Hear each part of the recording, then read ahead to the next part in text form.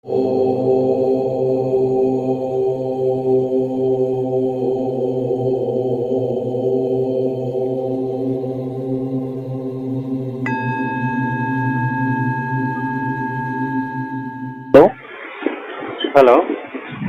Hello sir. Hello sir బాగున్నారా sir? నేను చెప్పండి. అది మీరు ఫనీ రాజేష్ సార్? అవునండి, నేను పని రాజేస్తానండి. అయితే సార్ నా పేరు సాయి కుమార్. సాయి కుమార్. సో నా పేరు సాయి కుమార్ సార్. అయితే మా ఫ్రెండ్ రీసెంట్గా క్రిస్టియానిటీకి వెళ్ళిపోయింది. ఓకే. సో అతను అది అన్ని వీడియోస్ పెడుతూ ఉంటాడు. ఓకే. మీ దేవుడు ఇట్లా, మా దేవుడు ఇట్లా, అది అని. సో రీసెంట్గా నేను స్క్రీన్ షాట్ తీసుకున్నాను. మీరు యెహోవా చెప్పిన మాటలన్నీ నేను స్క్రీన్ షాట్ తీసుకొని తనకు పంపించాను. ఓకే. పంపిస్తే తను ఏం చేసిండు, మళ్ళీ నాకు అదొకటి ఒక లైన్ ఉంది కదా, యెహోవా అనేది ఇట్లా చేసిండు, ఆడవాళ్ళ భార్యల పక్కన వండబెట్టడం అది ఇది చేసిండు అని చెప్పేసి నువ్వు పెట్టినావు కదరా, ఇగో దానికి అర్థం ఇది అని చెప్పేసి రిఫరెన్స్ తీసుకొచ్చిండు నా దగ్గరికి. ఓకే. ఏం పెట్టాడు మీకు రిప్లై? రిప్లై వచ్చేసి దావీదుకి శాపం ఉంది, అతను తప్పు చేసిండు. అతను ఏం చేసిండంటే యెహోవా చెప్పిన మాట విన్నాడు, కాకపోతే అది ఆయన 6 భార్యలు ఉన్నా కూడా అది అత్యాశకు పోయి ఒక సాధారణమైన పౌరుని భార్యని ఆశించి అతన్ని చంపించి తర్వాత అతను అనుభవించిండు. దానికి కారణం ఇది. అందుకు ఆయన యెహోవా శాపం ఇచ్చిండు, నీ కళ్ళ ముంగట్నే నీ భార్యల పక్కకు వండబెడతా అని చెప్పేసి ఉన్నదిరా. దాని అర్థం అది అంటే యెహోవా శాపం ఇచ్చిండు ఆయనకి, అందుకే అట్లా చేసిండు అని చెప్తుంది. ఓవరాల్ అయితే దాదాపు మాట్లాడినాను నేను. మీకు ఒక క్లారిటీ ఇవ్వాలి.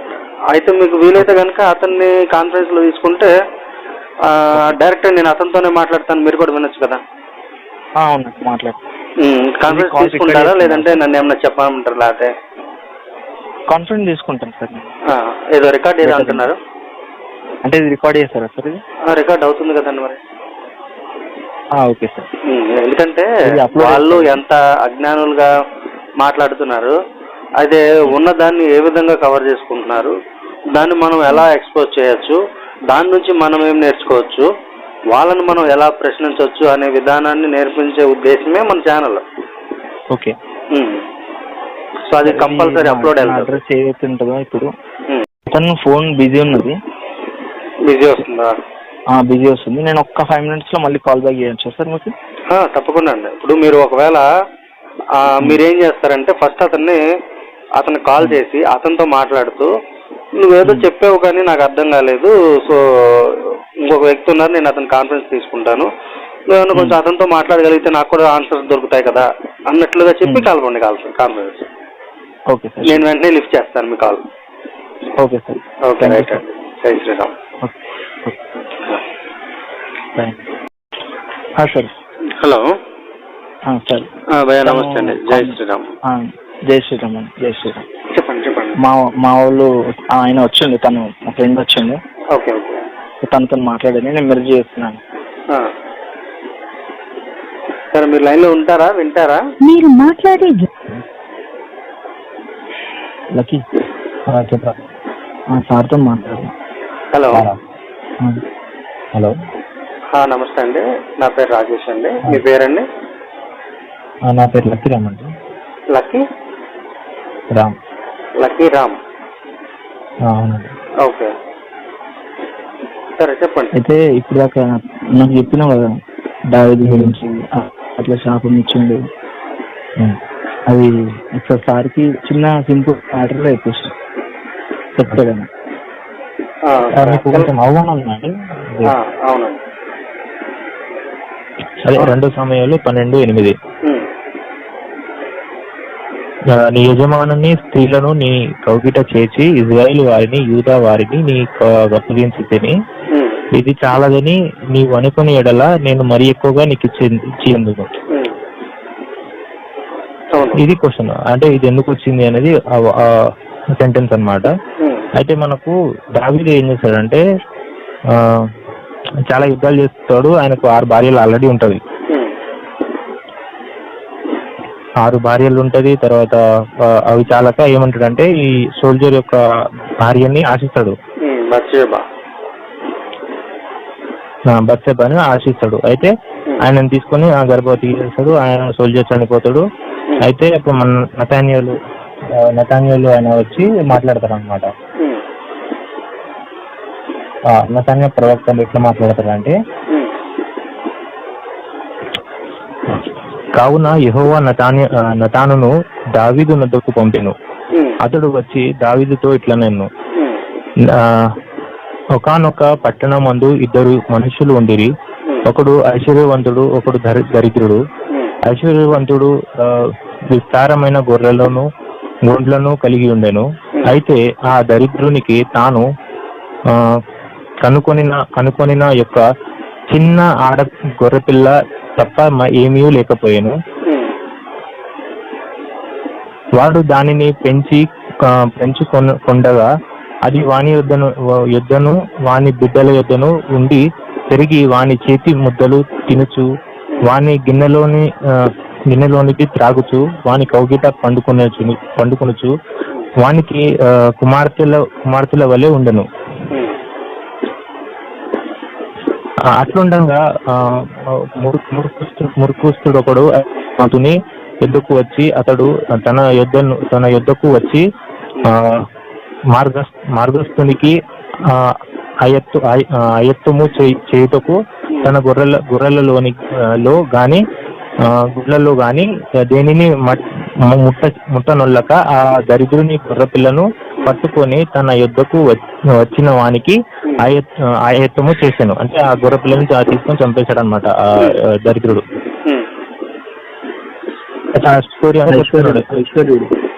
ఐశ్వర్యుడు. అయితే దావీదు ఈ మాట విని ఆ మనుషుని మీద బహు కోపించుకొని ఎవరు ఈ మాట ఎవరు చెప్తుంటే దావీదు వింటున్నాడు అన్నమాట. వాయిస్ ఒకసారి తీసుకోవాలి. హలో, వాయిస్ కొంచెం వాయిస్ మీది బ్రేక్ అవుతుంది. అయితే ఈ నతన్యాలు స్టోరీ చెప్తున్నాడు అనమాట దావీదుకు. దావీదు ఈ మాట విని ఆ మనుషుని మీద బహుగా కోపించుకొని యెహోవా జీవితము తోడు నిశ్చయముగా ఈ కార్యము చేసిన వాడు మరణం పాత్రుడు. అంటే దావీదు అంటున్నాడు అనమాట, ఇట్లాంటిది ఎవడాడు అంత చిన్న పిల్లని చంపేసిండు, ఎవడాడు తీసుకురా అని ఇట్లా కోపపడుతూ ఉంటే వాడు కన్నికరము లేక ఈ కార్యము చేసేను కనుక ఆ గొర్రె పిల్లలకు ప్రతిగా 4 గొర్రె పిల్లలు నీవలని. మీ వాయిస్ బాగా బ్రేక్ అవుతుంది. హలో హలో చెప్పండి ఇప్పుడు చెప్పండి. హలో, వినిపిస్తుందా అండి? చెప్పండి. అదే ఇందాక దావీదు ఎవరైనా అట్లా గొర్రెలు చంపింది ఎవడు, ఒక గొర్రె పిల్లగా 4 గొర్రె పిల్లలు అని నా తనతో నేను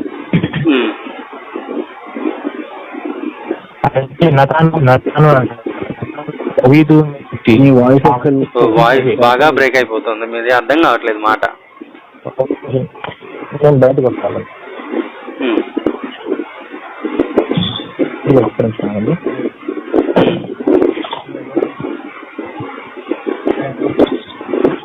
వినిపిస్తున్నాను. ఇప్పుడు బైబిల్ నేను చదువున్నాను కాబట్టి మీరేం చెప్పదలిచారు? ఇప్పుడు పాయింట్స్ ఏవైతే ఉన్నాయో పాయింట్స్ తీసుకొని మీరేం చెప్పదలిచారు? సింపుల్ గా చెప్పేస్తే దానికి ఒక చెప్పండి. ఫస్ట్ లో చెప్పాను కదండి, నీ యజమానుని నీ స్త్రీని నీ కౌగిట చేర్చి ఇజ్రాయేల్ వారిని యూదా వారిని నీకు అప్పగించుతుంది. అంటే ఇక్కడ ఒక క్వశ్చన్ అండి, నేను ఒక సాయితో మాట్లాడినప్పుడు ఆ రిఫరెన్స్ చూపించాను అనమాట. అంటే యజమానుని స్త్రీని నీ కౌగిట్లో యెహోవా ఎట్లా చేర్పించిండు, ఎందుకు చేర్పించిండు అనేది క్వశ్చన్. అంటే యెహోవా అంటే ఇంత చెడు ఎట్లా చేస్తాడని క్వశ్చన్. అయితే ఈ స్టోరీకి ముందు అట్లా వస్తుంది అనమాట. అయితే నతాను దావీదును చూసి యాక్చువల్ గా అంటే మీరు ఎక్కడికో పోతున్నారు, ఇక్కడ మనం మాట్లాడుకోవాల్సింది ఏంటంటే అతి ప్రియమైనటువంటి యెహోవాకి అత్యంత ప్రియుడైనటువంటి దావీదు గురించి మనం మాట్లాడుతున్నాం. ఇప్పుడు దావీదు ఎవరైతే ఉన్నారో అతనికి అనుచరుడుగా ఉన్నటువంటి లేదంటే సైన్యాధిపతిగా ఉన్నటువంటి ఊరియా యొక్క భార్య అయినటువంటి బత్షెబాని ఆశించడం అనే దాన్ని పాపంగా చేసుకొని ఇప్పుడు ఇక్కడ చేసిన పాపం ఎవరు అంటే దావీదు, బత్షెబా. ఇప్పుడు వీళ్ళిద్దరిలో ఎవరో ఒకరిని వేసేయాలి, కానీ వీళ్ళిద్దరికి పుట్టిన పిల్లల్ని అంటే వాళ్ళిద్దరి పాపం ఫలంగా పిల్ల పుట్టింది కాబట్టి ఆ బిడ్డను చంపేయడం అనేది ఇందులో యెహోవా యొక్క క్రూరత్వం కనబడుతుంది. నిజానికి పుట్టిన బిడ్డకి ఏమీ తెలియదు, ఏ పాపం తెలియదు, చేసింది పాపం వీరిద్దరు. ఇప్పుడు వీరిద్దరూ ఎటువంటి ఇది లేనప్పుడు అంటే వారిద్దరి మధ్య ఎటువంటి సరైన సంబంధం అనేది లేకుండా ఆడికి వస్తాను, మీ క్వశ్చన్కి వస్తుందండి ఈ మొత్తం కంప్లీట్ గానీ. అయితే సెలవిచ్చినది ఏమన్నా అంటే యెహోవా సెలవిచ్చింది అనమాట, నువ్వు ఇట్లా పాపం చేసినందుకు ఆయన ఇట్లా శాపాలు ఇచ్చాడు. అది చెప్తాగండి, అది కంప్లీట్ రాని. అయితే ఇజ్రాయేలీయుల దేవుడైన యెహోవా సెలవిచ్చినది ఏమనగా, ఇజ్రాయేలీయులేమి నేను నిన్ను రాజుగా పట్టాభిషేకము చేసి సౌలు చేతిలో నుండి నిన్ను విడిపించి నీ యజమానుని నగరానికి నీకు అనుగ్రహించి నీ యజమానుని స్త్రీలను నీ కౌగిట చేర్చి ఇజ్రాయేలు వారిని యూదా వారిని నీకు అప్పగించి తిని ఇది చాలదని నీవు అనుకునే ఎడల నేను నీకు మరి ఎక్కువగా నీకు ఇచ్చేదను. నీవు యెహోవా మాటకు తృణీకరించి ఆయన దృష్టికి చెడుతనము చేసి ఏమి హతీయుడగు యూరియా కత్తి చేత అతని భార్యను నీకు అయితే చంపించి అతని భార్యను నీకు భార్య ఎగునట్లు నీవు పట్టుకొని ఉన్నావు. అమోనియతుల చేత నీ వదిని చంపితివి కదా. నీవు నన్ను లక్ష్యము చేయక హితీయుడగు యూరియా భార్యను నీకు భార్య ఎగునట్లు తీసుకొని నందున నీ ఇంటి వారిని నీ సదాకాలము యుద్ధము కలుగును. ఇప్పుడు ఇది ఏదైనా సరే ఒక రీజనబుల్ గా ఉందిగా. ఇప్పుడు ఇక్కడ యెహోవా మాట్లాడిన మాటలు ఇప్పుడు మీరు మొత్తం చదివి చెప్పారు. ఇక్కడ ఇప్పుడు ఒక వ్యక్తి చేసినప్పుడు తప్పు, ఇప్పుడు ఉదాహరణకి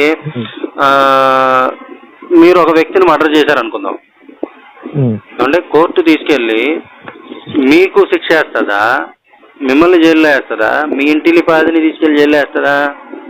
అంటే ఇక్కడ కనీసం మనంగా పెట్టుకున్నటువంటి మనం మనుషులమైనటువంటి మనము క్రియేట్ చేసుకున్నటువంటి ఈ చట్టాలు న్యాయాలు ఇవేవైతే ఉన్నాయో వీటిని బేస్ చేసుకుని నడుస్తున్నటువంటి విధానంలో ఒక మనుషులే ఎవరు తప్పు చేస్తే వాళ్ళకి పడాలి శిక్ష అనే రీతిలో ఆలోచిస్తున్నప్పుడు ఇక్కడ స్వయంగా దేవుడని చెప్పుకుంటున్నటువంటి యెహోవా అక్కడ మొత్తం అసలు ఇంటిలి బాధిని చేయడం అంటే ఇది ఎలా ఉంటుంది అంటే ఇక్కడ పొరపాటున ఇక్కడ సాతాను అనే ప్లేస్ని యెహోవా ప్లేస్ని సాతానికి ఇవ్వాల్సింది పోయి రివర్స్ లో ఇచ్చేసారేమో అని కూడా అనిపిస్తుంది మీరు బైబిల్ చదివేటప్పుడు ఎప్పుడైనా సరే. ఒక్క నిమిషం నేను చెప్తా ఆగండి. ఆయన ప్రేమ నువ్వు ఆయన కోపాన్ని చూసావు కానీ ఆయన ప్రేమను చూసారా? అందులో ప్రేమ ఏముందండి? నీకు 100 అంతలా నీకు శాపం వస్తే 1000 అంతలా నీకు ఆశీర్వాదం వస్తుందని మీ వచనం చూడలేదా? ఇప్పుడు అదేనండి, అంటే అలా కాదు. ఇప్పుడు ఈ వాక్యం ఒక్క నిమిషం అండి, ఈ వాక్యం బేస్ చేసుకుని కొద్దిసేపు మాట్లాడదాం మనం. ఇప్పుడు 100 అంతల శాపం వస్తే 1000 అంతల ఆశీర్వాదం వస్తుంది. ఇప్పుడు 100 అంతల శాపం తెచ్చుకోవాలి అంటే ఇప్పుడు దావీదులాగా లంగా పనులు చేస్తే మనకు కూడా 100 అంతల శాపం వస్తుంది, దాని వెనకాల 1000 అంతల ఆశీర్వాదం వస్తుంది. అంటే ఏంటి? మీరు ముందు లంగా పనులు చేయండి, తప్పుడు పనులు చేయండి, చెత్త పనులు చేయండి, మురక పనులు చేయండి, పనికిమాలిన పనులు చేయండి, దాని వెనకాల మీరు శిక్షిస్తాను, దాని వెనకాల మీకు ఈ ఆశీర్వాదాలు ఇస్తాను. ఇదేంటది? ఇప్పుడు ఏంటంటే ఇప్పుడు ఎట్లా ఉంటుందంటే ఈ ఒక్క వాక్యాన్ని ఒక నిమిషం ఈ వాక్యాన్ని మనము క్లారిటీ తీసుకుందాం, వాక్యాన్ని మాత్రమే క్లారిటీ తీసుకుందాం. ఇప్పుడు ఉదాహరణకి మీరున్నారు సార్, మీరు ఒకసారి నా దగ్గరికి రండి, మీ చెంపలో అటు ఇటు ఇటు అటు ఇటు అటు ఒక 40-50 సార్లు వాయించేసి చక్కగా మీకు మీకు ఇష్టమైన స్వీట్ పెడతానండి, చక్కగా కడుపు నిండా తినేసి వెళ్ళిపోండి అంటే ఎంత రోతగా ఉంటుంది సార్ అది. ఇక్కడ నేను ఒక మనిషిగా ఉన్నప్పుడు మిమ్మల్ని సాటి మనిషిగా మీ లెంపలు వాయించేసి ఇటు అటు మీకు కడుపు నిండా మీకు నచ్చిన స్వీట్ కడుపు నిండా పెట్టి పంపించేస్తానంటే మీకే ఎండడానికి ఏహ్యంగా ఉన్నప్పుడు, అసహ్యంగా ఉన్నప్పుడు మనం అక్కడ స్వయంగా దేవుడు మాట్లాడుతున్నట్టుగా చెప్పుకుంటాం. ఇక్కడ మీరు గమనించండి. మీరు మొత్తం కలిపి చెప్తారన్నా. 2 శాపాలు పెట్టినాయి. ఇప్పుడు మంచి చేస్తే నీకు మంచి ఇస్తా అంటుంది, చెడు చేస్తే చెడ్డ ఇస్తా అంటుంది. కానీ నీకు చెడ్డ చేసిన తర్వాత మంచిది ఇస్తారా? మీరు మరి అక్కడ ప్రేమ ఎక్కడ కనబడుతుంది? ఏ రకంగా ప్రేమ గురించి చెప్తున్నారు? ఇప్పుడు ఉదాహరణకి మనము ఒక మాట తీసుకుందాం. నాకు ఇంకొక క్వశ్చన్ ఉన్నారు కదా, ఇది దావీదు దీని గురించి మాట్లాడదాము. దీని బదులు ఇంకొక మాట అడుగుతాను మిమ్మల్ని. అన్నా, ఇప్పుడు ఈ దావీదు పాపం చేయక ముందు ఆయన జీవితం ఎలా ఉండదు తెలుసా నీకు? అదే మనం ఇంకొక మాట అడుగుతాం మిమ్మల్ని. ఈ పాపం గురించి ఇక్కడే స్టార్ట్ అయింది. ఇక్కడ ఇంకొక మాట అడుగుతాం మిమ్మల్ని అంటున్నా నేను. చెప్పండి. ఇప్పుడు ఏరు ఉన్నాడు, యోధా కొడుకు అయినటువంటి ఏరు ఉన్నాడు తెలుసా? ఏరు ఓనాను తమ్ముడు, ఓనాను అన్న, తామారు భర్త. అప్పుడు ఏరుని ఎందుకు చంపేసినట్లు బైబిల్ ప్రకారము? ఈ స్టోరీ నాకు తెలియదన్నా, నేను మళ్ళీ దీని గురించి మాట్లాడతాను. సో ఒక్కసారి అది మీరు ఎప్పుడైనా సరే మనము బైబిల్ మీద మాట్లాడేటప్పుడు మీరు చాలా సన్నివేశాలు దీని నుంచి దానికి, దాని నుంచి దీనికి లింకప్ చేసుకుంటూ వెళ్తే మీరు ఫైనల్గా తిరిగి వచ్చి ఎక్కడ అవుతారు అంటే బైబిల్ దేవుడైనటువంటి యెహోవా యొక్క దుర్మార్గాలు. అంటే బైబిల్లో సాతాను అని చెప్పబడుతున్నటువంటి ఈ ఎవరైతే ఈ లూసిఫర్ ఉన్నాడు, సాతాను, అతను చేసినటువంటి మర్డర్ల కంటే కూడా బైబిల్ దేవుడైనటువంటి యెహోవా చేసిన మర్డర్లే ఎక్కువ ఉంటాయి. ఇప్పుడు ఉదాహరణకి మీరు సింపుల్ గా నీకు క్వశ్చన్ అడిగేసి ఆన్సర్ వినలేదు. అలా కాదు. ఇక్కడ మీకు తెలియాల్సిన విషయము కంప్లీట్ చేస్తాను. ఒక్క నిమిషం. ఇచ్చేబాకు దావీదుకు పుట్టిన బాబు 15 రోజులు ఎందుకు చనిపోయాడు? అంత క్రూరుడా అని మీరు అన్నారు కదా. అదే నాలుగవ బిడ్డ సొలొమోను తెలుసా? సొలొమోను రాజుగా ఎదిగిండు. మరి మొదటి బిడ్డ పాపం అన్న, ఏదన్నా సరే. ఇప్పుడు ఎట్లా పాపము? ఇప్పుడు నేను మనం పెళ్లి చేసుకొని నువ్వు పిల్లలు అంటే అది రైట్ పర్సన్ అంటున్నావు. అదే నువ్వు ఒక వ్యభిచారి దగ్గర పోతే నువ్వు వ్యభిచారుడు అది ఇదేని అంటున్నావు. మరి ఇక్కడ చేసింది తప్పు, వీళ్ళిద్దరు చేశారు. సరే అన్న, పాయింట్ అందుకోవట్లా మీరు. కాదు, హ్యూమానిటీతో ఆలోచించండి. నేనేమంటున్నాను, హ్యూమానిటీ, మానవత్వంతో ఒకసారి ఆలోచించండి. ఎందుకంటే ఇక్కడ యెహోవా విషయంలో మనం మానవత్వం అనే దాన్ని ఆపాదించలేము. నేను మిమ్మల్ని అడుగుతున్నాను. మానవత్వం వేరు, దైవత్వం వేరు. నేను మిమ్మల్ని కేవలం మానవత్వంతో ఆలోచించండి. ఆలోచిస్తే ఇద్దరు వ్యక్తులు చేసినటువంటి పాపానికి వాళ్ళిద్దరిలో ఎవరినైనా సరే శిక్షించకుండా, ఇప్పుడు పాపం చేశారు. ఇప్పుడు దావీదు వెళ్ళి బత్షెబాతో పాపం చేశాడు. ఇప్పుడు దావీదుని బత్షెబాని ఇప్పుడు ఆల్రెడీ శిక్షలు ఉన్నాయి. ఇప్పుడు పలానా వ్యక్తి ఆడ మనిషి వెళ్ళి కనుక పాపం చేస్తే మురికి నీళ్ళు ఏవో తాగించాలి, దాని వెనకాల ఆవిడకి కడుపు నొప్పి వస్తే తప్పు అన్నట్టుగా ఏవో పనికి మళ్ళా ఇవన్నీ కూడా టెస్టింగ్లు ఉంటాయి ఆ టైంలో. కానీ ఇక్కడ దావీదు స్పష్టంగా తప్పు చేశాడని తెలుస్తున్నప్పుడు ఇక్కడ ఎవరైతే హిత్తీయుడగు ఊరియాని స్వయంగా చంపించేసి తాగించి చంపించి చేసినటువంటి ఈ పని ఏదైతే ఉందో అక్కడ ఆల్రెడీ ఇప్పుడు ఇచ్చిన 10 ఆజ్ఞల్లో నరహత్య చేయకూడదని ఉంటుంది. ఆల్రెడీ ఇక్కడ ఇతను నరహత్య చేశాడు. ఏది కేవలం ఒక సౌందర్యం మోసం, అంటే అందం మోసకరం, సౌందర్యం వ్యర్థం అని చెప్పుకుంటూనే ఇక్కడ ఆ మనిషి యొక్క సౌందర్యానికి ఆశించి ఆమె భర్తని చంపించి ఆమెను ఉపయోగించుకోవాలని ఉద్దేశించినటువంటి వ్యక్తి అతను చేసినటువంటి నరహత్య పరంగా ఇతన్ని చంపాలి. యాక్చువల్గా ఇతన్ని ఆవిడ్ని చంపేయాలి. అక్కడితో అయిపోద్ది. ఆ పాపం అనేది ఇంకా రాదు. ఇప్పుడు వీళ్ళిద్దరు పాపం చేస్తే పుట్టిన బిడ్డకి ఎటువంటి పాపం తెలీదు.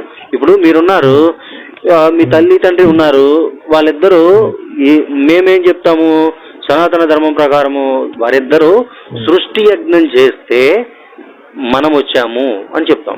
మీరు పాపం చేస్తే వచ్చారని చెప్తారు. ఇప్పుడు అంటే మీరు కాదు, క్రైస్తవులు. అది ఇప్పుడు మీరు అనుకోవచ్చు, మీరు ఆపాదించుకోవచ్చు, అది మీ ఇష్టం. ఇప్పుడు క్రైస్తవులు ఏం చెప్తారంటే పాపం చేస్తే, అంటే తల్లి తండ్రి పాపం చేస్తే పుట్టామని చెబుతారు. ఇప్పుడు ఉదాహరణకి జ్యేష్ఠ ఫలము ఏమని చెప్తారు? ఐడియా ఉందా మీకు? జ్యేష్ఠ ఫలం అంటే మొదటి పిల్లవాడు తీసుకెళ్లి యెహోవాకు అర్పణ చేయాలి. అర్పణ చేసి విడిపించుకోవాలి క్రయదానం ఇచ్చి. కానీ ఒకవేళ ఇవ్వలేకపోతే గనక ఆ శిశువు మెడ విరిచి చంపేయాలి. అంటే ఇప్పుడు ఈ మొదట వచ్చినది పాపము అనుకుంటే క్రయదానం ఇస్తే చెల్లుబాటు అయిపోద్ది, ఆ పాపం పోయిద్ది. అంటే ఇది ఎవరికి ఇవ్వాలి? ఈ ధనం ఎవరు పుచ్చుకుంటారు? పాస్టరా, ఈ యెహోవానా? ఇప్పుడు చిన్న చిన్న లిటికేషన్స్ ఉంటాయి ఇక్కడ. ఇప్పుడు ఒకవేళ ఇచ్చి విడిపించుకోలేకపోతే పాత నిబంధనల గురించి ఇప్పుడు తీసుకొస్తుర్రా, ఇప్పుడు చేసిరని అంటుర్రా? ఒక్క నిమిషం, పాత నిబంధనని మనము దావీదు గురించి మాట్లాడుతున్నాం. నిబంధన మనం మాట్లాడతాం కాదండి, మేము దావీదు గురించి మాట్లాడతాం. ఇప్పుడు పాత నిబంధన, ఒకవేళ పాత నిబంధన తీసుకోము కొత్త నిబంధన తీసుకున్నట్టు అయితే కనుక కొత్త నిబంధనలు మాట్లాడుకోవాలనుకున్నా మనకు చాలా ఉన్నాయి. ఇప్పుడు యేసు చెప్పిన మాటలను బట్టి ఏంటంటే, నేను మీ మధ్య అగ్నివేయ వచ్చితిని, ఒక ఇంట్లో ఇద్దరికి విరోధంగా ముగ్గురికి విరోధంగా ఇద్దరు, లేదంటే ఇప్పుడు మీరు ఏవైతే అంటే నన్ను నమ్మేవాడిని అభ్యంతరపరిచేవాడేవాడో వాడి మెడకి పెద్ద తిరగట్రాయి కట్టి మిక్కిలి లోతైన సముద్రంలో పారవేయబడుట వాడికి మేలు. ఇప్పుడు ఇట్లాంటివి చాలా ఉన్నాయి కొత్త నిబంధనలు కూడా మనం మాట్లాడుకుందాం. కానీ పాత నిబంధనలో ఉన్నటువంటి దశమ భాగాలను తీసుకొచ్చి పాత నిబంధన అసలు కొట్టివేయబడింది, చెల్లిపోయింది అనేటువంటి రీతిలో మరి కొత్త నిబంధన చెబుతూ పాస్టర్ల దశమ భాగాలు తీసుకోవడం అనేది ఫస్ట్ ఆఫ్ ఆల్ తప్పు. అండ్ రెండో విషయము 10 కమాండ్మెంట్స్ ఏవైతే ఉన్నాయో అవి ఇప్పుడు కూడా ఉపయోగించుకుంటున్నారు. సో అది కూడా తప్పు, అది కూడా నిజంగా చెల్లిపోయినట్టు. ఎందుకంటే అవి పాత నిబంధనకు సంబంధించినవి, కొత్త నిబంధన కాదు. ఎందుకంటే కొత్త నిబంధన అంతా కూడా పౌలు రాసిన లేఖలు, పౌలు చెప్పిన వాక్యాలను బేస్ చేసుకుని ఉంటాయి. ఇవి రాసుకోవాలి. మరి 10 కమాండ్మెంట్స్ తీసుకొస్తున్నారు, సో అది కూడా తప్పే. సరే పక్కన పెట్టేయండి. 10 కమాండ్స్ ఇక్కడ వచ్చి స్ట్రాంగ్ అయినాయి తెలుసా మీకు? ఎక్కడికి వచ్చి స్ట్రాంగ్ అయినాయి? మన పాత నిబంధనలు ఎట్లా ఉంటది అంటే, ఒక స్త్రీని హత్య చేస్తే గానీ, ఒక స్త్రీని ఏమంటారు, ఒక స్త్రీని ముట్టుకొట్టిన గానీ రేప్ చేస్తేనే తప్పు అని ఉంటది, వ్యభిచారం చేస్తే తప్పు ఉంటది. కానీ ఇక్కడ కొత్త నిబంధనలో దేవుడు ఏమన్నాడు తెలుసా? ఒక అమ్మాయిని చెడుతనంతో చూస్తేనే నువ్వు పాపం చేసినట్టు అని ఉంటది. ఒక పాత నిబంధన ఎలా ఉంటది? నరహత్య చేయకూడదని ఉంటది. కొత్త నిబంధనలో ఎట్లా ఉంటది అంటే చెడుతనంతో అంటే మీరు గమనించాలి ఇక్కడ ఫస్ట్ ఆఫ్ ఆల్. ఇప్పుడు మీకు క్రైస్తవం అనేది ఎక్కడి నుంచి వచ్చింది అన్నది బేస్ తో మాట్లాడితే, అక్కడ క్రైస్తవం నుంచి అంటే క్రైస్తవం ఎక్కడైతే ఉన్నదో మొదట అక్కడ నుంచి వచ్చినటువంటి ఇవన్నీ కూడా ఆ దేశాలు ఏవైతే ఉన్నాయో అవన్నీ కూడా పోర్నోగ్రఫీ ఇచ్చిందే. అవి ఒక స్త్రీని మోహపు తోపుతో చూడకూడదు అని చెప్పినటువంటి బైబిల్ వాక్యాలు తీసుకెళ్లి ఆ బ్లూ ఫిల్మ్ లో పెట్టుకుని బ్లూ ఫిల్మ్లు తీస్తున్నారు. చేసేది ఎవరు? స్వయంగా కొత్త నిబంధన ఫాలో అవుతున్నటువంటి యేసు సంబంధించినటువంటి భక్తులు. వాళ్ళల్లో 30,000 వరకు డినామినేషన్స్ ఉన్నాయి. వాటిల్లో చాలా మంది ఉన్నారు అలా తీసిన వాళ్ళల్లో. వాళ్ళందరూ కూడా యేసు భక్తులు, ఎందుకంటే వాళ్ళకి వేరే ఇది తెలియదు. ఇప్పుడు ఒక స్త్రీని మోహపు చూపుతో చూడొద్దు అంటే డైరెక్ట్ గా తీసుకెళ్లి బ్లూ ఫిల్మ్లు తీస్తుంటే బ్లూ ఫిల్మ్లు తీస్తూ అందులో చేసేటువంటి అదే చెప్తున్నా అన్న. ఇప్పుడు ఈ మాట చెప్పిన వాళ్ళే ఆ మాట తీసుకొని పోతుంటే ఆ మంచి తప్పు కానీ ఆ వాక్యం ఎట్లా తప్పు అవుతుందన్నా? అసలు వాక్యం చెప్పిన వ్యక్తి దగ్గరే లేదు కదా. ఇప్పుడు వాక్యం చెప్పినటువంటి వ్యక్తి ఎవరైతే ఉన్నారో అతను స్వయంగా చెప్తున్నాడు. ఇప్పుడు నేను వచ్చాను మీ ఇంట్లోకి అంటే ఇప్పుడు మేము ఆల్రెడీ చూస్తున్నాం. ఇప్పుడు చాలా మంది హిందువులు ఎవరైతే ఉన్నారో వాళ్ళ దగ్గరికి వెళ్ళి పాస్టరు పలానా ఇది అని చెప్పి దీనిలో నమ్ముకోండి అని చెప్పేసి, యేసుని నమ్ముకోండి అని చెప్పేసి, దేవుడిని నమ్ముకోండి అని చెప్పేసి తీసుకొచ్చి వాళ్ళకి వాక్యం అనేది పరిచయం చేసి, బైబిల్ని పరిచయం చేసి, వాళ్ళు మతం మారిన తర్వాత వాళ్ళల్లో ఎవరైనా సరే నమ్మిన తరువాత నమ్మని వారు ఎవరైతే ఉన్నారో వాళ్ళకి శత్రువులుగా మారి వాళ్ళు మారే వరకు, అంటే స్వయంగా బైబిల్లో యేసు చెప్పినటువంటి కొన్ని, అంటే నమ్మి బాప్తిసం పొందిన వాడు రక్షించబడును, నమ్మని వాడికి శిక్ష విధించబడును. ఇది స్వయంగా డైరెక్ట్ గా బెదిరింపది, యేసు చేస్తున్నటువంటి బెదిరింపు. సరే, దీన్ని బేస్ చేసుకుని మనం మిగతా విషయాలు మాట్లాడితే, ఈ ఏదైతే ఇలా మారిన వాళ్ళు ఎవరైతే ఉన్నారో స్వయంగా చెప్పాడు. ఒక ఇంట్లో ఇద్దరికి విరోధంగా ముగ్గురికి విరోధంగా ఇద్దరంటే నమ్మిన వాళ్ళు ఎవరైతే ఉన్నారో నమ్మని వాళ్ళకి శత్రువులు అయిపోతారు. ఇంట్లో కేవలం రక్త సంబంధికుల మధ్యలో వచ్చి గొడవలు పెట్టి నేను మీకు సమాధాన పరచుటకు వచ్చి తినని తలంచుకుడి, అగ్నివేయ వచ్చి తిని గాని సమాధాన పరచుటకు రాలేదు అని స్వయంగా యేసు స్వయంగా చెప్తున్నప్పుడు కనబడుతున్నాయి. అన్నా నువ్వు ఆ వచనం అంటున్నావు కానీ ఆ వచనం ముందులా ఒక స్టోరీ ఉంటది. స్టోరీ అంటే ఒక సీన్ ఉంటది. దాని ముందు వెనక కూడా మేము ఆల్రెడీ చదివిన తర్వాతే మాట్లాడుతున్నాం. కానీ నేను చెప్పే వాక్యాలు ఏవైతే ఉన్నాయో ప్రజెంట్ సిచ్యువేషన్స్ లో ఇంప్లిమెంట్ చేసి చెప్తున్నా నేను. ఇవి ఆల్రెడీ కుటుంబాల మధ్యలో గొడవలకి, చిచ్చులకి, కక్షలకి, కార్పణ్యాల దాకా వెళ్ళిపోయేటువంటి చాలా ఛాన్సెస్ మేము చూస్తూనే ఉన్నాం డైరెక్ట్ గా మా కళ్ళతో. ఒక్క నిమిషం అన్న, నేను 2019 నుంచి నేను ఎదిగిన, అంటే అసలు ఏంటిది అనేది నేను కూడా చాలా సెర్చ్ చేసిన. నేను కూడా ఎట్లనే ఒక్క దాన్ని మొప్పుకునేవాడిని కాదు. సో అట్లా చేసుకుంటూ వచ్చి మా ఫ్యామిలీలో కూడా రీసెంట్ గా క్వశ్చన్లో జరిగిందని మా ఇంట్లో కూడా ఇట్లాంటి గొడవలు ఏం జరగలేదు. ఎవరిది ఎవరి మతం వాళ్ళది అన్నట్టు నేను ఇంకా వాళ్ళని ప్రేమిస్తూనే ఉంటాం నిత్యము. ఎందుకంటే రేపన్నాడు శిక్ష అనేది ఉందన్న, మీకు చెప్తే మీకు అర్థం కాదేమో కానీ శిక్ష ఉన్నది. ఓకే, ఖచ్చితంగా ఉన్నదన్న, శిక్ష ఉన్నది. దేనికండి? ఏం శిక్ష అది?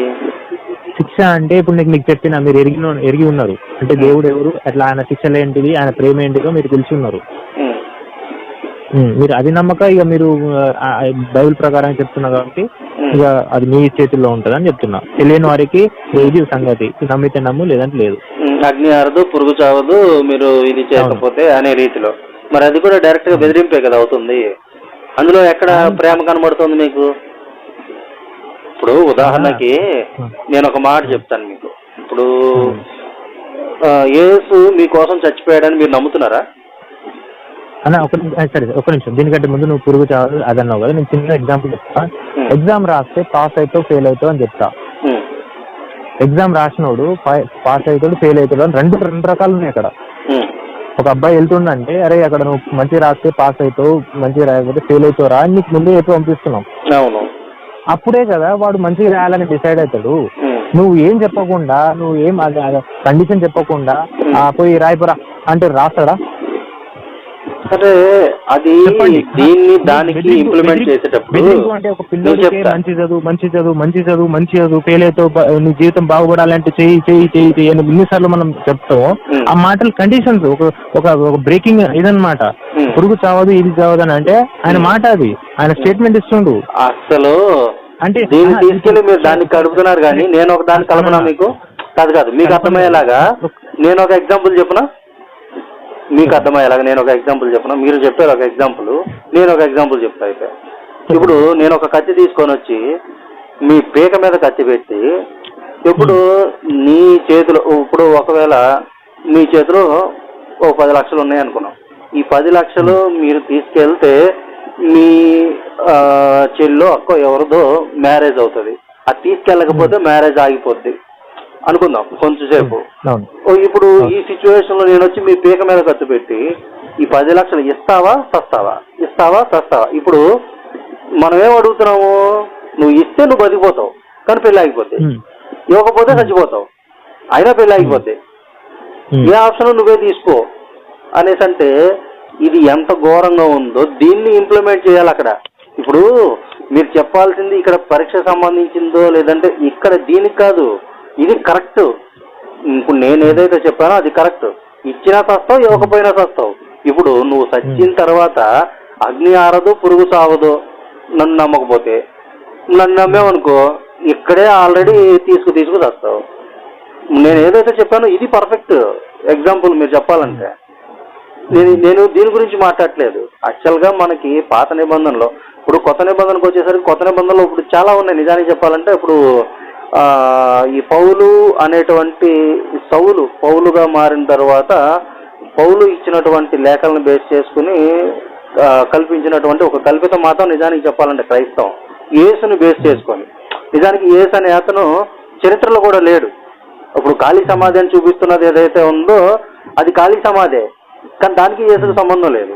ఇప్పుడు అదే సమయంలో యేసు ఫలానా సమయంలో బ్రతికాడు, నజరేతులో తిరిగాడు, బెత్లెహేంలో ఉన్నాడు అని చెప్పుకున్నటువంటి ఈ చుట్టుపక్కల పాలస్తీనా వీటన్నిటి దగ్గరలో ఎట్ ఏ టైం ఒకేసారి 11 మంది యేసు క్రీస్తు అనేటువంటి వ్యక్తులు 11 మంది జీవించినట్లుగా చరిత్ర చెబుతుంది. ఇందులో ఒక సమాధి ఆల్రెడీ ఒకటి దొరికింది, son of Joseph and Mary, Magdalene Mary and ఇంకా జుడాహా, ఇలా మొత్తంగా 8 సమాధులు దొరికాయి. ఈ 8 సమాధుల్లో ఆల్రెడీ యేసుక్రీస్తు సమాధి అని ఇదే చెప్తున్నారు. అంటే ఇది మొత్తంగా కూడా యేసుక్రీస్తు అనేది కల్పితం అనే దాన్ని డిస్కవరీ వారు, డిస్కవరీ అంటే తెలుసు కదా మీకు, ఉన్నదాన్ని ఎక్స్ప్లోర్ చేసి విడమర్చి చెప్పడం, దాన్ని ప్రూవ్ చేయడం. ఇన్వెన్షన్ అంటే కొత్తది కనుక్కోవడం. ఆల్రెడీ డిస్కవరీ వాళ్ళు ఎవరైతే ఉన్నారో యేసుకు సంబంధించినటువంటి పూర్తి ఇది ఏది 2002 నుంచి మొదలు పెట్టుకొని వీరు చేసినటువంటి విస్తృతమైనటువంటి దీంట్లో భాగంగా 2016లో వాళ్ళు ఇచ్చినటువంటి స్టేట్మెంట్, నిజానికి 2016 కూడా కాదు, 2016కి ఫైనల్ అవుట్పుట్ ఇచ్చారు, కానీ 2014లోనే కంప్లీటెడ్ అవ్వాలది. 2002 నుంచి 2014 వరకు చేసినటువంటి వాళ్ళ వీటిలో వాళ్ళ ఎక్స్పెరిమెంట్స్లోను వాళ్ళ డిస్కవరీ వీటన్నిటిలోనూ వాళ్ళు తేల్చిన విషయం ఏంటంటే ఈ యేసుక్రీస్తు అనేది పూర్తి అబద్ధం. దీన్ని ఐక్యరాజ్య సమితి ఏదైతే యునైటెడ్ నేషన్స్ అనేటువంటి ఏదైతే దానికి ఐక్యరాజ్య సమితికి అప్పచెప్పిన తర్వాత ఈ క్రీస్తు శకము క్రీస్తు పూర్వం అనేది కంప్లీట్లీ ఫ్రాడ్, సో అదంతా ఫేక్. సో దాన్ని రిమూవ్ చేసేసి మనము ఏదైతే ఈ బ్యాంకింగ్ సిస్టమ్ కానీ ఒక టైం టేబుల్ కానీ ఏదైనా మనం ఫాలో అవుతున్నాం ఉంటే అది ఫలానా టైం నుంచి అనేది మనము ప్రత్యేకంగా ఫాలో అవుతున్నాం కాబట్టి ప్రపంచ దేశాలన్నీ దాన్నే ఫాలో అవుతున్నాయి కాబట్టి దీన్ని క్రీస్తు పూర్వం క్రీస్తు శకం అనే దాన్ని తీసేసి, ఎందుకంటే అది ఫేక్ కాబట్టి కామన్ ఎరా అంటే సామాన్య శకము సామాన్య శకానికి పూర్వము బిఫోర్ కామన్ ఎరా, ఇక్కడ BCE. ఇప్పుడు ఏంటంటే అది 2016లోనే పెట్టారు. మీరు ఒకసారి చెక్ చేయండి, అది మీరు డైరెక్ట్ గా చెప్తున్నా రీసెంట్ గా పెట్టారు కదా. రీసెంట్ కాదండి, 2016లో. అదే 2016 అంటే మహా అయితే 20 సంవత్సరాలు తీసుకోండి, 20 సంవత్సరాల లోపల. 20 సంవత్సరాలు కాదండి, 2016, 9 సంవత్సరాలే అవుతుంది. 9 సంవత్సరాలు. ఇది 2002 నుంచి 2014 వరకు వాళ్ళు చేసి పూర్తిగా ఇచ్చినటువంటి. BCAD అని ఎప్పుడు డిసైడ్ చేశారు? BCAD అన్నది ఎప్పుడో డిసైడ్ చేశారు. ఏది క్రీస్తుని బేస్ చేసుకుని, అసలు క్రీస్తు అనేది ఫేక్ అని తెలిసిన తర్వాత దాన్ని మనం సరి చేయాలన్న ఉద్దేశంతో రీసెంట్ గా పెట్టిన 9 సంవత్సరాల గురించి కాదు కానీ అది ఎప్పుడు పెట్టారు? అది ఎప్పుడు AD-BC తెలుస్తుంది కదా. అది 4వ సంవత్సరం 4వ శతాబ్దంలో పెట్టారు. మీరున్నారు, నేనున్నాను, సాయి అనే తోడు ఉన్నాను, నీకు నాకు ముగ్గురికి మాత్రమే తెలుసు. ఇంకొక 100 సంవత్సరాల్లో మీ అనే అంటే మీ పేరు మీ రాజసేన ఆయన తెలుసుదా 100 సంవత్సరాల తర్వాత? అంటే మీరు ఇక్కడి ప్రెసిడెంట్ లో రాజసేన ఆయన మాట్లాడుతున్నాడు జీవించిందని మీకు నాకు మాత్రమే తెలుసు ప్రెసిడెంట్ లో. చెప్పండి మీరేం చెప్పాలనుకున్నారు చెప్పండి. నేను చెప్పింది ఏంటంటే 4వ సెంచరీలో పెట్టినోడు, మరి అప్పుడు 4వ సెంచరీలో పెట్టినోడు వాడు పెట్టున్నాడు కదన్నా. అదే చెప్తున్నాను, అప్పటి నుంచే గికోరి క్యాలెండర్ చేసినప్పుడు వాళ్ళు. ఇప్పుడు పోనీ క్యాలెండర్ గురించే మాట్లాడుకుందాం. ఇప్పుడు గ్రెగోరియన్ క్యాలెండర్ అనే దాని గురించి మాట్లాడుకుంటే, ఇప్పుడు ఆ టైంలో క్యాలెండర్ లో ఉన్నటువంటి నెలలు 10, మరి పైన 2 నెలలు ఎలా యాడ్ అయ్యాయి? ఆ కాలగణన అనేది మీకు తెలుసా? కానీ మనకి ఇక్కడ తెలుగు క్యాలెండర్ లో ఏవైతే ఉన్నాయో 12 నెలలు, చైత్రం, వైశాఖం, జ్యేష్టం, ఆషాఢం, ఇలా శ్రావణం, భాద్రపదం, ఆశ్వయుజం, పుష్యం, మాఘం, పాల్గొనం అంటే 12 నెలల వరకు పర్ఫెక్ట్ గా 12 నెలలు సంవత్సరానికి, అంటే 12 మంది సూర్యులను బేస్ చేసుకొని ద్వాదశాదిత్యుల పేరు మీదుగా 12 నెలలు అనేదాన్ని మనం కన్ఫర్మ్ చేసాం ఫస్ట్. కానీ 12 నెలలు రాలా. మీరు ఒకసారి చూస్తే అక్టోబర్, అక్టా అంటే ఏంటి అర్థం ఇంగ్లీష్ లో? 8, అంతేనా? November 9, December 10. మరి ఇప్పుడు అక్టోబర్ అనేది 10వ నెల కింద ఎలా వచ్చింది గ్రెగోరియన్ క్యాలెండర్ ప్రకారం? దాన్ని ఏమైనా ఎక్స్ప్లెయిన్ చేయగలరా? అది దాని గురించి తెలియదండి. రైట్, అది ఇప్పుడు మనం ఏదైనా మాట్లాడుతున్నప్పుడు దాని గురించి పూర్తిగా తెలుసుకోవాలి. నేను పూర్తిగా గురించి కాదు కానీ ఆ గ్రెగోరియన్ క్యాలెండర్ గ్రెగోరియన్ క్యాలెండర్ లో ఈ 12 నేను ఆల్రెడీ కాదు మీరు ఒకసారి కాలగణన అనేది చేసేటప్పుడు ఒక నిమిషం, ఇప్పుడు భూమి సూర్యుడి చుట్టూ తిరిగేటువంటి పూర్తి సమయాన్ని బేస్ చేసుకుని ఒక సంవత్సరం కాలం కింద లెక్కేస్తున్నప్పుడు 365 రోజులని లెక్కిస్తున్నారు. కానీ 364.6 చిల్లర లెక్కేస్తున్నారు. సో ఈ మిగతా బ్యాలెన్స్ ఏదైతే ఉందో లీప్ ఇయర్ అన్నట్టుగా తీసుకొస్తున్నారు. ఇక్కడికి వచ్చేసరికి అధిక మాసం, మొదట అధిక మాసం అన్నది లెక్కేసిందే మన వాళ్ళు. ఇక్కడ దగ్గర నుంచి గ్రెగోరియన్ క్యాలెండర్ లో ఈ జూలియస్ సీజర్ అనేవాడు పాలించినటువంటి సమయంలో జూలై అని ఇలా ఎక్స్ట్రా యాడ్ అయ్యాయి. ఈ యాడ్ అవ్వక మునుపు ఇవేవైతే ఉన్నాయో ఈ నెలలన్నింటినీ కలపడానికి చేయడానికి ఈ AD-BC అని పెట్టిన వాళ్ళు ఎవరైతే ఉన్నారో గుంజీలు తీసినటువంటి సందర్భం. అంటే బహుశా మీకు తెలియకపోయి ఉండొచ్చు. మీరు అన్నారు చూసారా, బీసీఏడి అని పెట్టారు కదా, వాళ్ళకి తెలియదా అనే రీతిలో. వాళ్ళకి తెలియదు కాబట్టి దాన్ని ఎలా తీసుకోవాలో తెలియక భారతీయ కాలగణన శాస్త్రజ్ఞుల దగ్గరకు వచ్చి వాళ్ళ కాలగణన అనే దాన్ని గమనించుకొని అక్కడికి వెళ్ళి ఇవన్నీ చేసుకొని వచ్చారు. అప్పటి వరకు ఈ అక్టోబర్ అనేది 8వ నెల, అది 10వ నెలకు మారింది. డిసెంబర్ అనేది 10వ నెల, అది 12వ నెలకు మారింది. అప్పుడు ఫుల్ అయింది. ఈ గ్రెగోరియన్ క్యాలెండర్ కంటే ముందు నుంచే ఉన్నాయి. ఇక్కడ కాలగణన అనేది సౌర కుటుంబాన్ని బేస్ చేసుకొని ఏ విధంగా అయితే సూర్యుడు గణాధిపతి, సూర్యుడు గ్రహరాజాధిపతి, ఇప్పుడు ఆయన్ని బేస్ చేసుకొని ఉన్నటువంటి మిగిలిన ఏవైతే గ్రహాలు ఉన్నాయో వీటన్నిటిని కలుపుకొని నవగ్రహాల పరంగా గ్రహ గమనాలను గమనిస్తూ కాలగణన అనేది లెక్కించినటువంటి వాళ్ళు. నిజానికి మీకు ఎంతవరకు తెలుసు? నిమిషం, క్షణం, సెకను, అలా చాలా లేశానికి వరకు వెళ్ళినటువంటి సందర్భాలు ఉన్నాయి. ఆ గణన చేసింది భారతీయులు. ఇక్కడి నుంచి తీసుకొని వెళ్ళి వాళ్ళు గ్రెగోరియన్ క్యాలెండర్ని ఫుల్ఫిల్ చేసుకున్నారు. సో దాన్ని ఇప్పుడు ఈ సోర్స్ అంతా నాకు తర్వాత ఇస్తావు కదా, మీరు ఒకసారి అదే చూడండి, బీసీఈ బిఫోర్ కామన్ ఎరా అన్న దాన్ని. బీసీ కాదన్న, ఇందాక క్యాలెండర్స్, మంత్స్ ఇవి ఉన్నాయి కదా, ఇవన్నీ నాకు తర్వాత పంపించండి.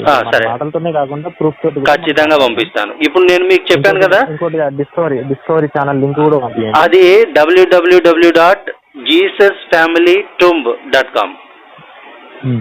మొత్తం అన్ని స్మాల్ లెటర్స్. ఒకసారి మీరు దాంతో సెట్ చేస్తే మీకు డైరెక్ట్ వెబ్సైట్ వస్తుంది.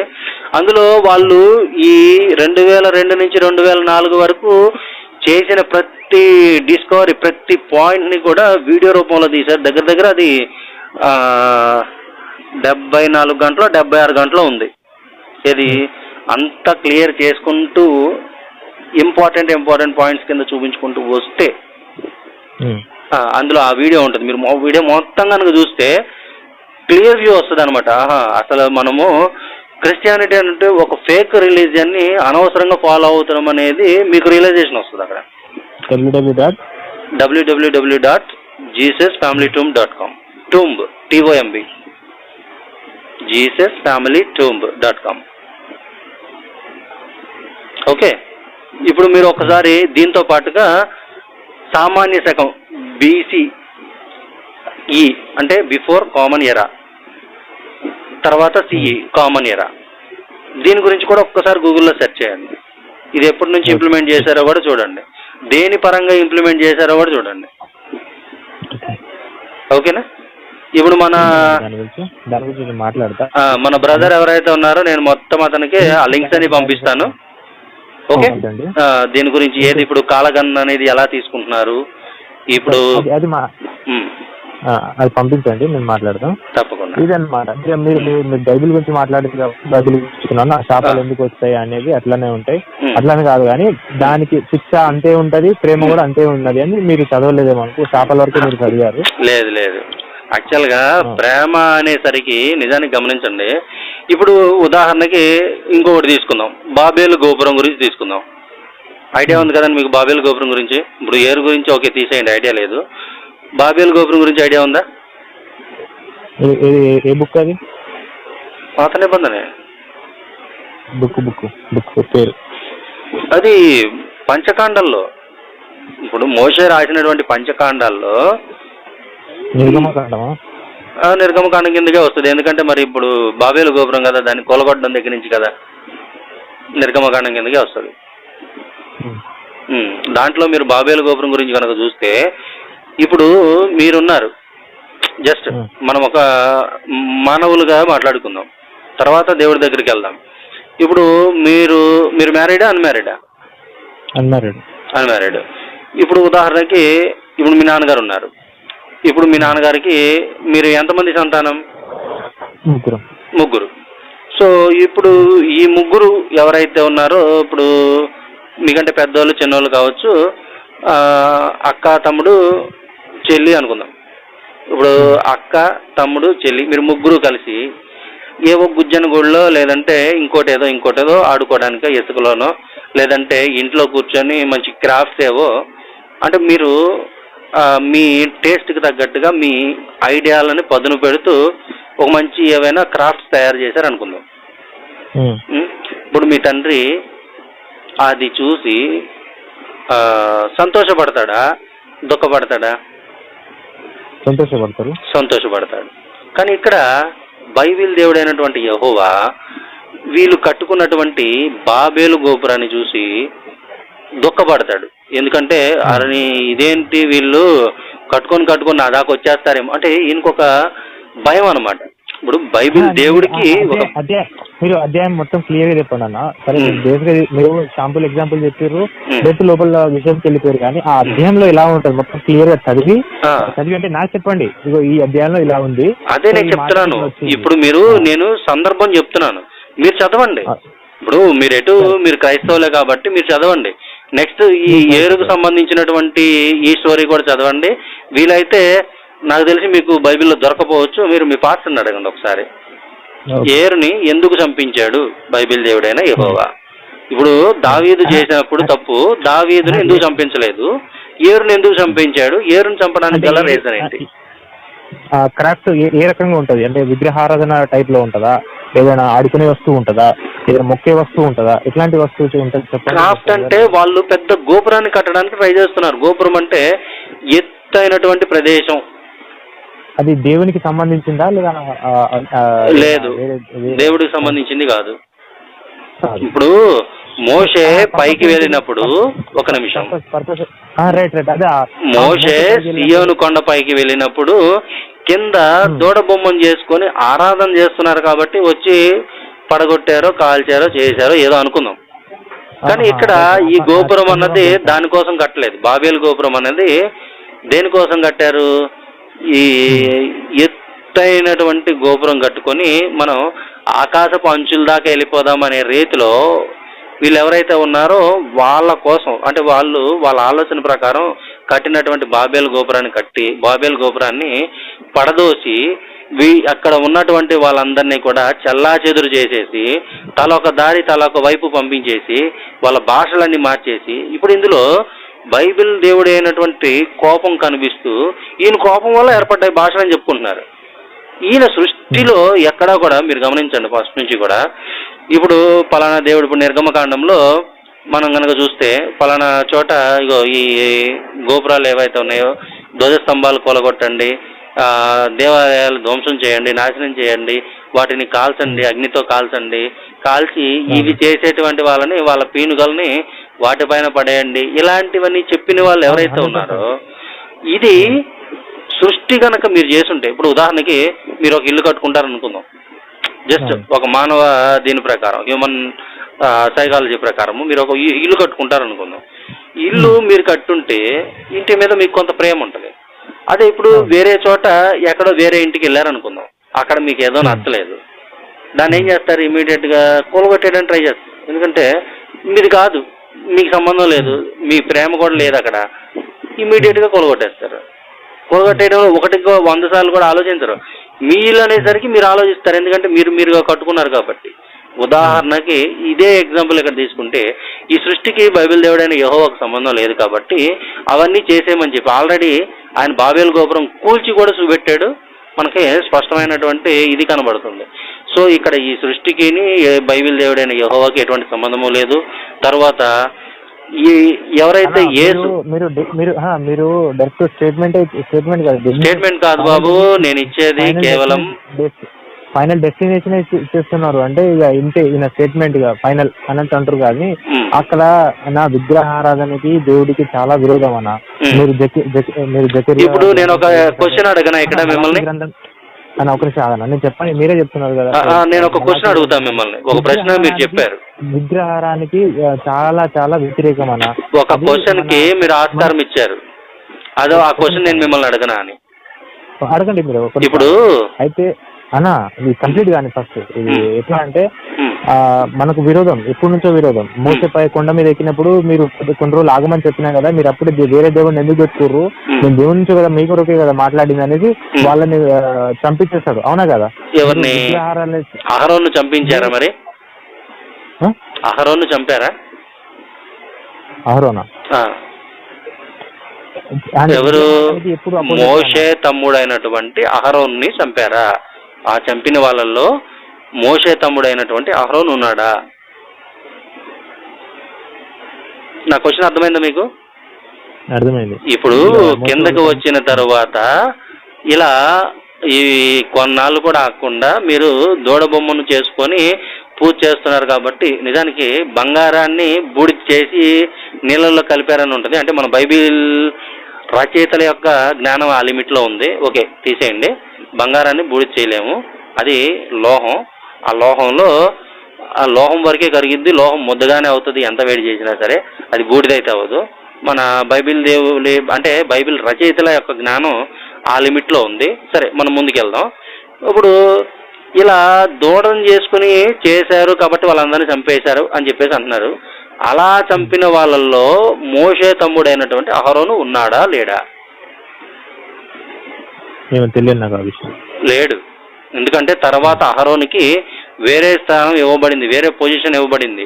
నిజానికి ఈ చేసింది ఎవరు? ఈ ఆలోచన ఎవరిది? అహరోనుది. చంపాల్సింది ఎవరిని? అహరోన్ని.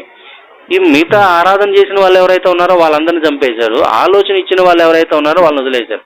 ఇందులో ఎక్కడైనా సరే దైవత్వం అనేది ఎక్కడ కనపడదు. కాకపోతే ఏంటంటే మనం ఆపాదించుకుంటా ఉండాలి. ఇప్పుడు మీరు ఆ విశ్వాసంలో ఉన్నారు కాబట్టి దాన్ని ఆపాదించుకుంటా ఉండాలి. మీరు ఆ విశ్వాసం లేదు కాదని అహరోను గురించి నాకు తెలియదు కాబట్టి నేను సైలెంట్ ఉన్నా. కానీ ఈసారి మీరు కనుక్కోండి. మీరు చెప్తున్నారు కాబట్టి దాని గురించి చూసి అది ఎలా ఉంది సెంటెన్స్ అనేది నేను చేసి దాన్ని అంగీకరించాలా లేదా మీకు మళ్ళీ చెప్పాలా అనేది చెప్తున్నాను. మీరు చెప్తున్నారు కాబట్టి నేను వింటున్నాను, అంతే తప్ప. అదే అందుకని అంటున్నాను. ఇప్పుడు మీకు తెలియదు కాబట్టి మీరు కనుక్కోండి, మనం దీని గురించి మళ్ళీ మాట్లాడదాం. సో ఇప్పుడు చేసిన వాళ్ళు ఎవరైతే గురించి మీరు అన్నారు కదా, నా ఇంటిని అయితే బాగా తీసుకుంటాం, వేరే ఇంటి అయితే పడగొట్టిన ప్రాబ్లం లేదని మీరు అన్నారు. సో దేవుడు ముందు నుంచి చెప్తుండు ఎట్లా అంటే మనకు 40 రోజులు వర్షపాతం వచ్చి సునామీ అంతా కూలిపోతుంది. సో అక్కడ నుంచి మళ్ళీ పాపం పెరుగుకుంటా వస్తుంది. సో అలా దేవుడు ప్రవక్తలతో మాట్లాడుతూ ఉంటారు. సో అది పాపపు కొలత ఏ విధంగా కొలుస్తున్నారు అన్నది నాకు తెలియలేదు అక్కడ. ఇప్పుడు పాపం పెరుగుతూ వచ్చింది, పాపాన్ని ఖండించాలి, పాపం చేయకుండా ఆపాలి అంటే ఇప్పుడు మొదటగా చెప్పాలనుకుంటే ఆ లెక్కన చెప్పాలంటే ఆదాము అవ్వలు పాపం చేశారు అనుకుందాం. అసలు వాళ్ళు పాపం చేశారు అనుకోవడానికి తూకం ఏది? తూకం అంటే ఏ విధంగా కొలిచారు అసలు పాపం చేశారని? ఆదాము వాళ్ళు ఒక ఆదాని తోటలో ఉంటారు, తెలుసు కదా? అవును, ఏదైనా తోటలో ఉంటారు.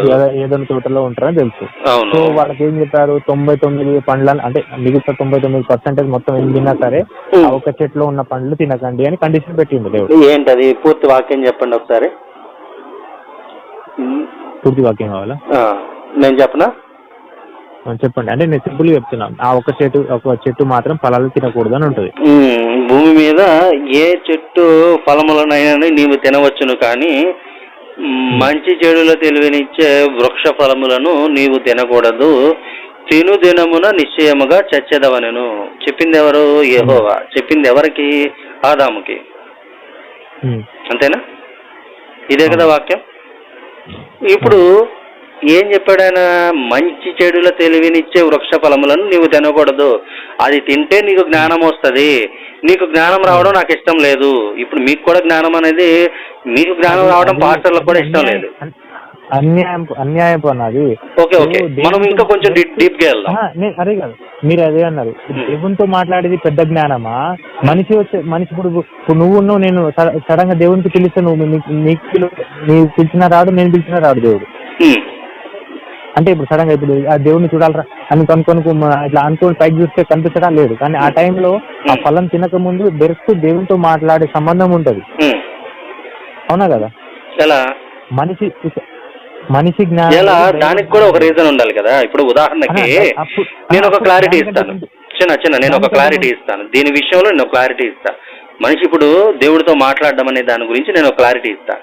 ఇప్పుడు పుట్టిన ఇద్దరు ఎవరైతే ఉన్నారో వారికి విధి విధానాలు అనేవి, ఇప్పుడు ఉదాహరణకి మనము సాఫీగా నడవడానికి మనం ఒక రాజ్యాంగం రాసుకున్నాం. ఇప్పుడు అలాగా ఇప్పుడు మోషే వచ్చిన తర్వాత, అంటే ఈ ఆదాము పుట్టిన తర్వాత, ఆదాము హవ్వలు పుట్టిన తర్వాత వాళ్ళకి ఎటువంటి విధి విధానాలు అనేవి ఇవ్వకుండా కేవలం ఒక వాక్యం చెప్పి, అందులో కూడా మళ్ళీ అబద్ధమే. ఏంటి?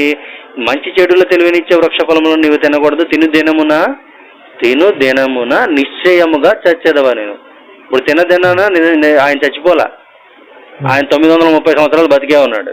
ఆదాము చాలా మందిని కన్నాడు, శుభ్రంగా సృష్టిని ఇది చేసే ప్రయత్నం చేశాడు, తర్వాత ఇదైపోయాడు. కానీ దినాన్ని చచ్చిపోలా. ఇక్కడ యెహోవా చెప్పినటువంటి మొదటి అబద్ధం. ఓకే, మనం సెకండ్ పాయింట్లోకి వెళ్దాం. ఇప్పుడు ఈ విధానం ఏది, ఈ విధంగా బ్రతకాలి, ఈ విధంగా బ్రతకాలి. ఉదాహరణకి ఇప్పుడు మోషే ఉన్నాడు. మోషే సీయోను కొండపైకి వెళ్ళి కొండపైన కూర్చొని ఏమేం చేయాలి, ఏమేం చేయకూడదు ఏంటి. ఇప్పుడు ఉదాహరణకి మొదటి పాయింట్ తీసుకుందాం. భూమి మీదే కానీ ఆకాశం అందే కానీ నేను తప్ప నీకు వేరే దేవుడు ఉండకూడదు, చేతితో చేసిన వాటిని వీటిని అన్నింటినీ కూడా ఇది చేయకూడదు. నిజానికి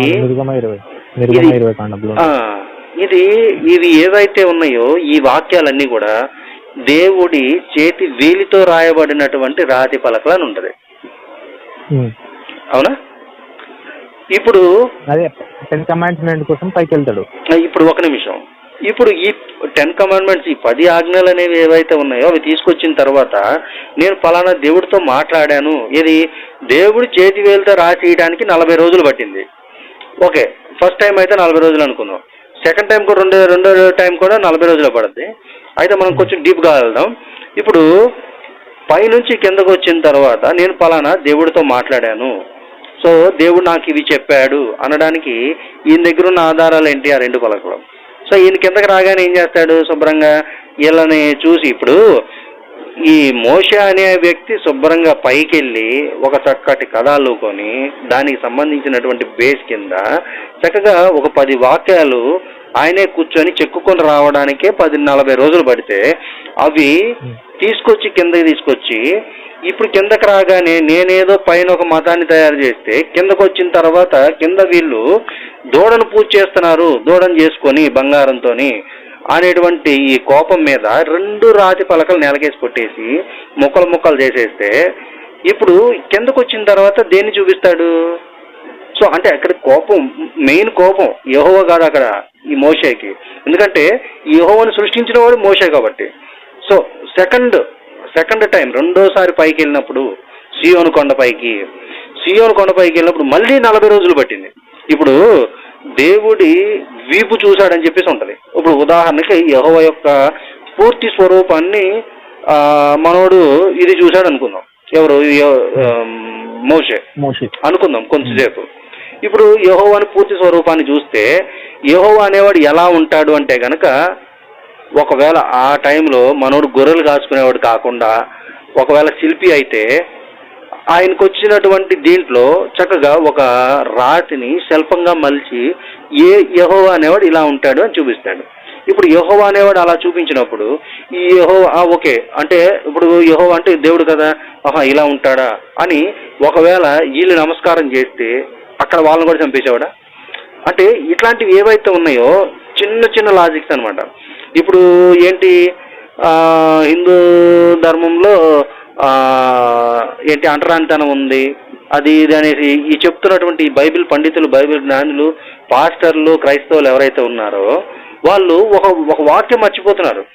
గుడ్డివారే కానీ, కుంటివారే కానీ, కంటిలో పువ్వు ఉన్నవారే కానీ, వృషణములు నలుగుగొట్టబడిన వారే కానీ, లేదంటే వీళ్ళు నపుంసకులు కానీ, ఇలాంటి వాళ్ళు ఎవరు కూడా నా సీయోను కొండను ముట్టుకోరాదు. ఎవరిదండి ఆజ్ఞ? ఐడియా ఉందా దీని గురించి మీకు? ఈ వాక్యం గురించి తెలియదు. రైట్. ఇప్పుడు ఈ వాక్యం ఎవరో కూడా కాదు, యెహోవా చెప్పినదే.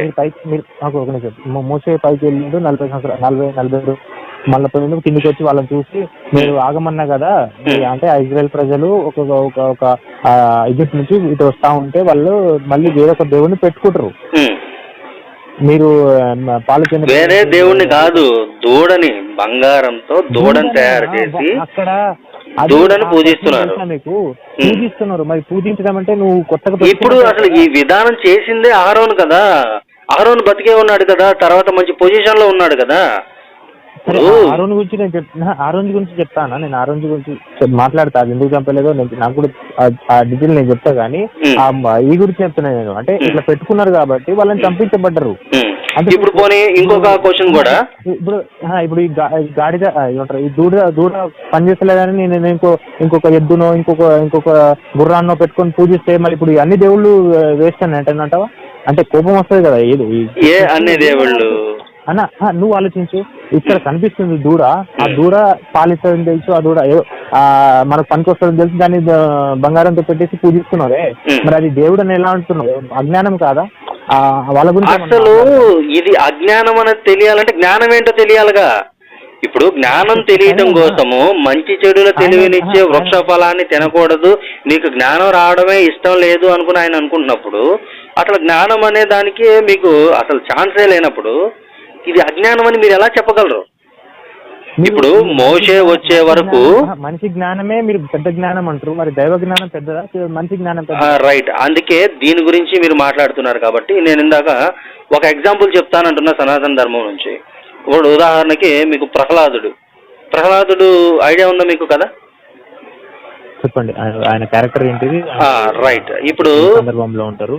ప్రహ్లాదుడు గురించి మనం మాట్లాడదాం. ఇప్పుడు ప్రహ్లాదుడు అనేవాడు హిరణ్యకశిపుడు అయినటువంటి ఒక రాక్షస రాజు యొక్క కొడుకు. ఆయన పుట్టినప్పుడు అందరికీ ఆహ్లాదము కలిగించేవాడు, ఆనందం కలిగించేవాడు కాబట్టి ప్రహ్లాదుడు అని నామకరణం చేశారు. ఆయన చిన్నప్పటి నుంచి కూడా, తల్లి గర్భంలో ఉన్నప్పటి నుంచి కూడా ఆయన విష్ణు కథలు అనేవి వింటూ పెరిగాడు. శ్రీమన్నారాయణ శ్రీమన్నారాయణ శ్రీమన్నారాయణ ఇదే జపం. ఆయన ఈ నామాన్ని పట్టుకున్నాడు. ఆయనకి కనీసం భగవంతుడు ఎవరో కూడా తెలియదు, భగవంతుని ఎప్పుడు చూడలేదు. మహాభారతంలో స్టోరీయా లేదంటే ఎట్లా? ఇది మహాభారతం కాదండి, ఇది మహాభారతం కాదు. ఇది ఇది ఏదైతే మన కాదు ఏదో గ్రంథం. ఇది దేంట్లో ఉంటుందంటే యాక్చువల్గా ప్రహ్లాదుడు అనేసరికి గమన ఐడియా ఉంటుంది కదా అన్న ఉద్దేశంలో నేను కూడా మర్చిపోయాను. అది నేను చెప్తాను మీకు మళ్ళీ. ఓకే. సో ఇప్పుడు ఈ ప్రహ్లాదుడి గురించి కనుక మనం మాట్లాడుకుంటే నిజానికి చెప్పాలంటే ఇవి చాలా ఉన్నాయి గ్రంథాలు. ఇప్పుడు 4 వేదాలు ఉన్న ఒక్క వేదాన్ని 4గా విభజించారు. 4 వేదాలు చతుర్వేదాలు అంటారు. ఋగ్వేదం, యజుర్వేదం, సామవేదం, అథర్వణ వేదం. తర్వాత 18 పురాణాలు, 18 పురాణాలకి 18 ఉపపురాణాలు, వీటితో పాటుగా 108 ఉపనిషత్తులు, ఇట్లా చాలా ఉన్నాయి. సో కాబట్టి వీటిలో నుంచి మనము దేంట్లో నుంచి తీసుకుంటున్నాము ఏంటి అనేది చూస్తే ఒకదానికి ఇంటర్లింక్డ్గా ఉంటుంది. కాబట్టి మీకు పర్ఫెక్ట్గా ఇది అని చెప్పాలి అంటే అదే చెప్పాలి మీరు, ఎందుకంటే అదే చెక్ చేయాలి కాబట్టి. సో నేను చెప్తాను మీకు. ఓకే, ఇప్పుడు ఈ ప్రహ్లాదుడు అనే వాడికి అసలు ఆ శ్రీమన్నారాయణుడు అనే వాళ్ళు ఎలా ఉంటాడో తెలియకపోయినా సరే ఋషుల ద్వారా తెలుసుకుని, ఇప్పుడు మనము ఏ స్వామిని ఏ మూర్తినైతే మనం మన కళ్ళతో చూస్తున్నామో ఆ మూర్తులను ఆల్రెడీ మనకి పూర్వపు ఋషులు దర్శనం చేసి ఆ రూపంలో ఉన్నారు స్వామి అని చెప్పేసి మనకి ఇచ్చిన తర్వాత ఆ రూపంలో మనం స్వామిని దర్శిస్తున్నాం ఇప్పుడు. అంతేగాని భగవంతుడికి రూపం లేదా అంటే ఆయన సగుణ నిర్గుణ రూపుడు కూడా. ఆయనకి రూపము ఉంది, రూపము లేదు. సో 2 రకాలుగాను ఉంది. ఈ 2 రకాల్లోనూ సరైన భావాన్ని, సరైన విధానాన్ని అర్థం చేసుకోగలిగి సరైన ఆధ్యాత్మిక ప్రయాణం చేసినప్పుడు మాత్రమే ఫైనల్ డెస్టినేషన్, అంతిమ యాత్ర అయినటువంటి మన మోక్షాన్ని చేరుకోగలం. అంతేగాని స్వర్గమో నరకమో ఇవి కావు ఇంపార్టెంట్, మోక్షం ఇంపార్టెంట్. సో శ్రీమన్నారాయణుడు మోక్షం అంటే అర్థం ఏంటిది? మోక్షం అంటే మళ్ళీ పుట్టవలసిన అవసరం లేనటువంటి శాశ్వత శివ సాయుధ్య స్థితి. అంటే ఏ భగవంతుడు, ఏ పరమాత్మ, ఏ పరబ్రహ్మం అయితే నిత్యుడు సత్యుడై ఉన్నాడో ఆ పరమాత్మను మనం చేరుకొని తిరిగి మళ్ళీ పుట్టవలసిన అవసరం లేనటువంటి స్థితిని మోక్షం అంటారు. సో ఇది మోక్షం అనేది ఫైనల్. ఇప్పుడు పుట్టిన ప్రతి ఒక్కరు కూడా ఆత్మ ఏ విధంగా అయితే శరీరాన్ని, అంటే మనిషి ఏ విధంగా అయితే వస్త్రాన్ని ధరించి చిరిగిపోయిన తర్వాత దాన్ని విప్పిపడేసి మళ్ళీ కొత్త వస్త్రాలు ఏ విధంగా అయితే ధరిస్తాడో అదేవిధంగా ఆత్మ కూడా జీర్ణమైన శరీరాన్ని వదిలేసి ఈ పుట్టినప్పుడు ఏ విధంగా ఉంది, పెరుగుతున్న కొద్దీ, వయసు పెరుగుతున్న కొద్దీ రోగాలతోనూ రొస్టులతోనూ వీటన్నిటితోనూ జీర్ణమైపోయిన శరీరాన్ని వదిలేసి ఆత్మ తిరిగి మళ్ళీ కొత్త శరీరాన్ని తీసుకోవడానికి ఈ మధ్యలో ఉన్నటువంటి కాలానికి అయితే స్వర్గంలోనో లేదంటే నరకంలోనో వారు చేసుకున్నటువంటి కర్మలను బట్టి అక్కడ కొంతకాలం అనేది స్టే చేసి తిరిగి మళ్ళీ జన్మను తీసుకొని ఇట్లా పునరపి జననం పునరపి మరణం పునరపి జనని జఠరే శయనం ఇహ సంసారే బహుదుస్సారే కృపయాపారే పాహి మురారే అని చెప్పి మళ్ళీ పుట్టడం మళ్ళీ చావడం మళ్ళీ పుట్టడం మళ్ళీ చావడం ఈ ప్రక్రియ అనేది నిరంతరం జరుగుతూ ఉంటుంది. ఇది కాదు మోక్షం అనేది ఇంపార్టెంట్ అనే దాన్ని ఫైనల్గా చూపిస్తూ ఆ మోక్షాన్ని చేరుకోవడం అనేది ఆ ఫైనల్ అవుట్పుట్ కింద ఫైనల్ డెస్టినేషన్ కింద చూపిస్తారు. సో అది ఇంపార్టెంట్గా తీసుకుంటారు. సో ఈ ప్రహ్లాదుడు ఎవరైతే ఉన్నారో అతనికి కళ్ళతో చూసింది లేదు, కానీ నిరంతరం ఏంటంటే పానీయంబులు తాగుచున్ కుడుచుచున్ భాషించుచున్ అంటే నీరు తాగుతున్నా సరే, పానీయంబులు త్రాగుచున్ కుడుచుచున్ భోంచేస్తున్నా సరే, మిత్రులతో ఆడుకుంటున్నా సరే, అంటే ఏ పనిలో ఉన్నా సరే ఆయన ఆ నామాన్ని పట్టుకున్నాడు. ఆ నామాన్ని పట్టుకున్నప్పుడల్లా ఎక్కడ ఏ సందర్భంలో ఉన్నా సరే, ఆయన ఏ ఆపదలో ఉన్నా ఏ ఇబ్బందిలో ఉన్నా సరే స్వామి వచ్చి ఆయన రక్షించి చివరికి తండ్రి ఆదేశించిన ఆదేశం మేరకు సృష్టిలో ప్రతి చోట ఉన్నాడు అంటున్నావు కదా భగవంతుడు, ఇప్పుడు నేను చూపించే ఈ స్తంభంలో ఉన్నాడా అంటే ఆ స్తంభంలో ఈయన మాట నిలబెట్టడం కోసం స్వామి మొత్తం జంగమ స్థావరంలో అన్నిటి యందు నిబిడీకృతమైనటువంటి పరమాత్మ ఒక స్తంభంలో నరసింహ అవతారంలో బయటకు వచ్చి దర్శనం ఇచ్చినటువంటి సంఘటన. అప్పటి వరకు ఆయన కూడా భగవంతుని దర్శించలేదు, కానీ ఆయన భక్తి అపారం. ఇప్పుడు జ్ఞానం అనేది ఎలా ఉండాలి అంటే అది భగవంతుని ఇదిగా ఉండాలి. ఇప్పుడు మంచి చెడులు తెలివి వృషఫలములను తినకూడదు అంటే అది తెలివి వచ్చినందువల్ల నష్టమేం లేదు, ఈ జ్ఞానం ఎక్కడికి పోదు. ఇది తింటున్నారు కాబట్టి ఆ జ్ఞానం పోయిద్ది అంటే ఇప్పుడు అయితే ఒకటి ఆ విధానాన్ని మనం అనుకుంటున్నాం అంటే మనం అజ్ఞానం అయినా ఉండాలి, లేదా స్వయంగా బైబిల్ దేవుడే చెప్పాడు అంటే బైబిల్ దేవుడైనా అజ్ఞానం అయి ఉండాలి. సో కాన్సెప్ట్ అన్నది ఇలా ఉంటుంది. భగవంతుడు అనేవాడు ఇలా ఉంటాడు. భగవంతుడు ఎప్పుడు కూడా భక్త సులువుడు. ఇక్కడికి వచ్చేసరికి ఏంటంటే మార్కు సువార్తలో చెప్పినటువంటి నమ్మి బాప్తిసం పొందినవాడు రక్షించబడును, నమ్మని వాడికి ఇక్కడ మీరు చెప్పారు కదా వృక్ష పండ్లు తిన్నవాడు మామూలు మనిషి జ్ఞానం వస్తుంది అంటున్నారు కదా. ఆ రాకముందు అంటే ఆ జ్ఞానం మనిషి జ్ఞానం రాకముందు దేవుడితో ఎలా సంబంధం ఉందో మీకు తెలుసా? వచ్చిన తర్వాత ఎలా ఉందో తెలుసా? తెలుసు. ఇంతకుముందు రాకమునుపు జ్ఞానం రాకమునుపు మన స్వరూపము చొప్పున నరులను చేయుదుము అని చెప్పి నరులను సృష్టి చేసి, అంటే నరుడు ఆదాముని నేలమట్టితో సృష్టి చేసి ఆయనకి బట్టలు ఇవ్వకుండా నాటిక రంధ్రములలో అధ్యాయం మాట్లాడదాం. సృష్టికి అది మనిషికి సృష్టి ఓకే. నేను చెప్తుంది ఏంటిదంటే ఆ పళ్ళు తిన్నారు కదా ఏది మన పాము వచ్చి చెప్తుంది అనమాట, ఇట్లా పళ్ళు తినండి బాగుంటది, మీరు మంచి దేవుని కంటే తెలివిగా అవుతారు అని చెప్తాడు. పాము వచ్చి మాట్లాడుతుంది అనమాట. ఆ సందర్భం మనం మాట్లాడదాం. ఓకే, బైబిల్లో ఉన్నది మాట్లాడదాం. బైబిల్లోదే మాట్లాడదాం. ఇప్పుడు బైబిల్ దాటి బయటకు వెళ్తే అసలు మమ్మల్ని కట్టుకోవడం కష్టంలే, కానీ బైబిల్లోనే మాట్లాడదాం. మేము వీలైనంత వరకు బైబిల్ లిమిటేషన్స్ మేము పెట్టుకున్నాం. ఇప్పుడు మేము బైబిల్ దాటి బయటకు వెళ్తున్నాము అంటే అది వాటిని కవర్ చేసుకోవడం కంట్రోల్ చేసుకోవడం అసలు కష్టం. ఇప్పుడు రంజిత్ బోఫీ లాంటి వాళ్ళే కొంచెం తడబడ్డ సిచ్యువేషన్స్ అనమాట. ఓకే, బైబిల్ లిమిటేషన్స్ లోనే మాట్లాడదాం. అది చదువుదాం, మాకు సంఘటన చదువు. మరి దేవుడు జన్మల మధ్య విశ్రాంతి కలిపి మన స్వరూపము చొప్పున నరులను చేయదుము అని చెప్పారు. మీ దగ్గర బైబిల్ ఉందా? ఉంది, బైబిల్ ఉంది. నేను ఒక మాట చెప్తాను. ఇప్పుడు మన స్వరూపము చొప్పున నరులను చేయదుము అంటే నరుని సృష్టించిన తర్వాత ఏది మంచి చెడుల తెలివినిచ్చే వృక్ష ఫలములను తినక మునుపు ఉన్న జ్ఞానం బట్టి వాళ్ళు బట్టలు లేకుండా పూర్తి నగ్నంగా ఉన్నారు. ఇప్పుడు నగ్నంగా ఉన్నది వాళ్ళేనా, లేదంటే బైబిల్ దేవుడు మన స్వరూపము చొప్పున నరులను చేయదుమని చెప్పినప్పుడు ఈయన స్వరూపం చొప్పున నరులను చేశాడు కాబట్టి ఈయనకి కూడా బట్టలు లేవని చెప్పేసి అలా ఏ విధంగా మనం దాన్ని తీసుకోవచ్చు అన్నది నాకు వచ్చిన క్లారిటీ ఇవ్వండి. అక్కడ ఒక్క నిమిషం చెప్తాను. విజయలో కలిగి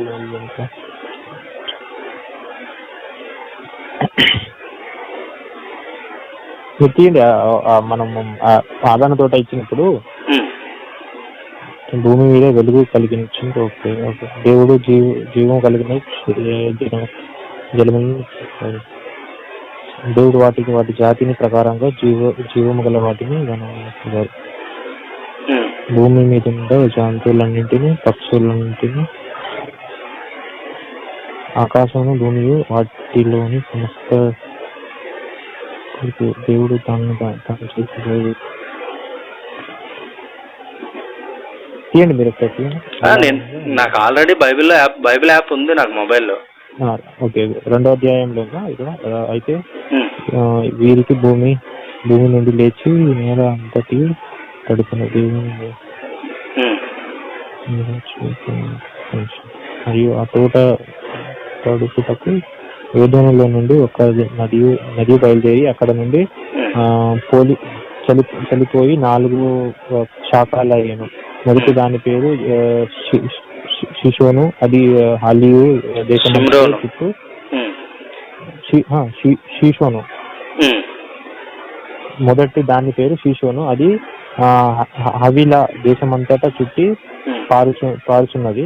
అక్కడ బంగారం ఉన్నది, ఆ దేశపు బంగారపు శ్రేష్టమైనది. అక్కడ బంగారం ఎలా పుట్టిందో ఏమన్నా బైబిల్ చెప్తుందా?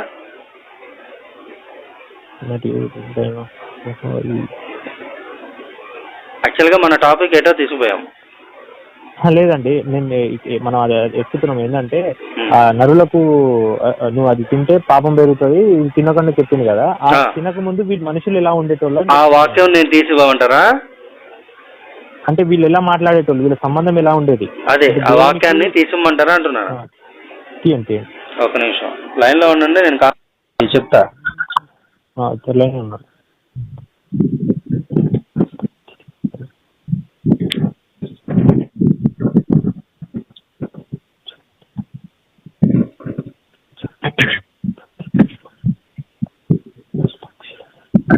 ఆదికాండము 17వ వాక్యం, 16వ వాక్యం నుంచి చదివితే, మరియు దేవుడైన యెహోవా ఈ తోటలోనున్న ప్రతి వృక్ష ఫలములను నీవు నిరభ్యంతరముగా తినవచ్చును, అయితే మంచి చెడులు తెలివినిచ్చు వృక్ష ఫలములను తినకూడదు, నీవు వాటి తిను దినమున నిశ్చయముగా చచ్చేదవని నరునికి ఆజ్ఞాపించెను. దీనికంటే ముందు మనం ఆ స్టోరీస్ అంతా వెళ్ళాలి. ఆ దేవుడికి ఎలా మాట్లాడిండు, సంబంధం ఎలా ఉండేది. 16 కదా చెప్పాను, ఇప్పుడు 2:15 వెళ్ళండి పోనీ.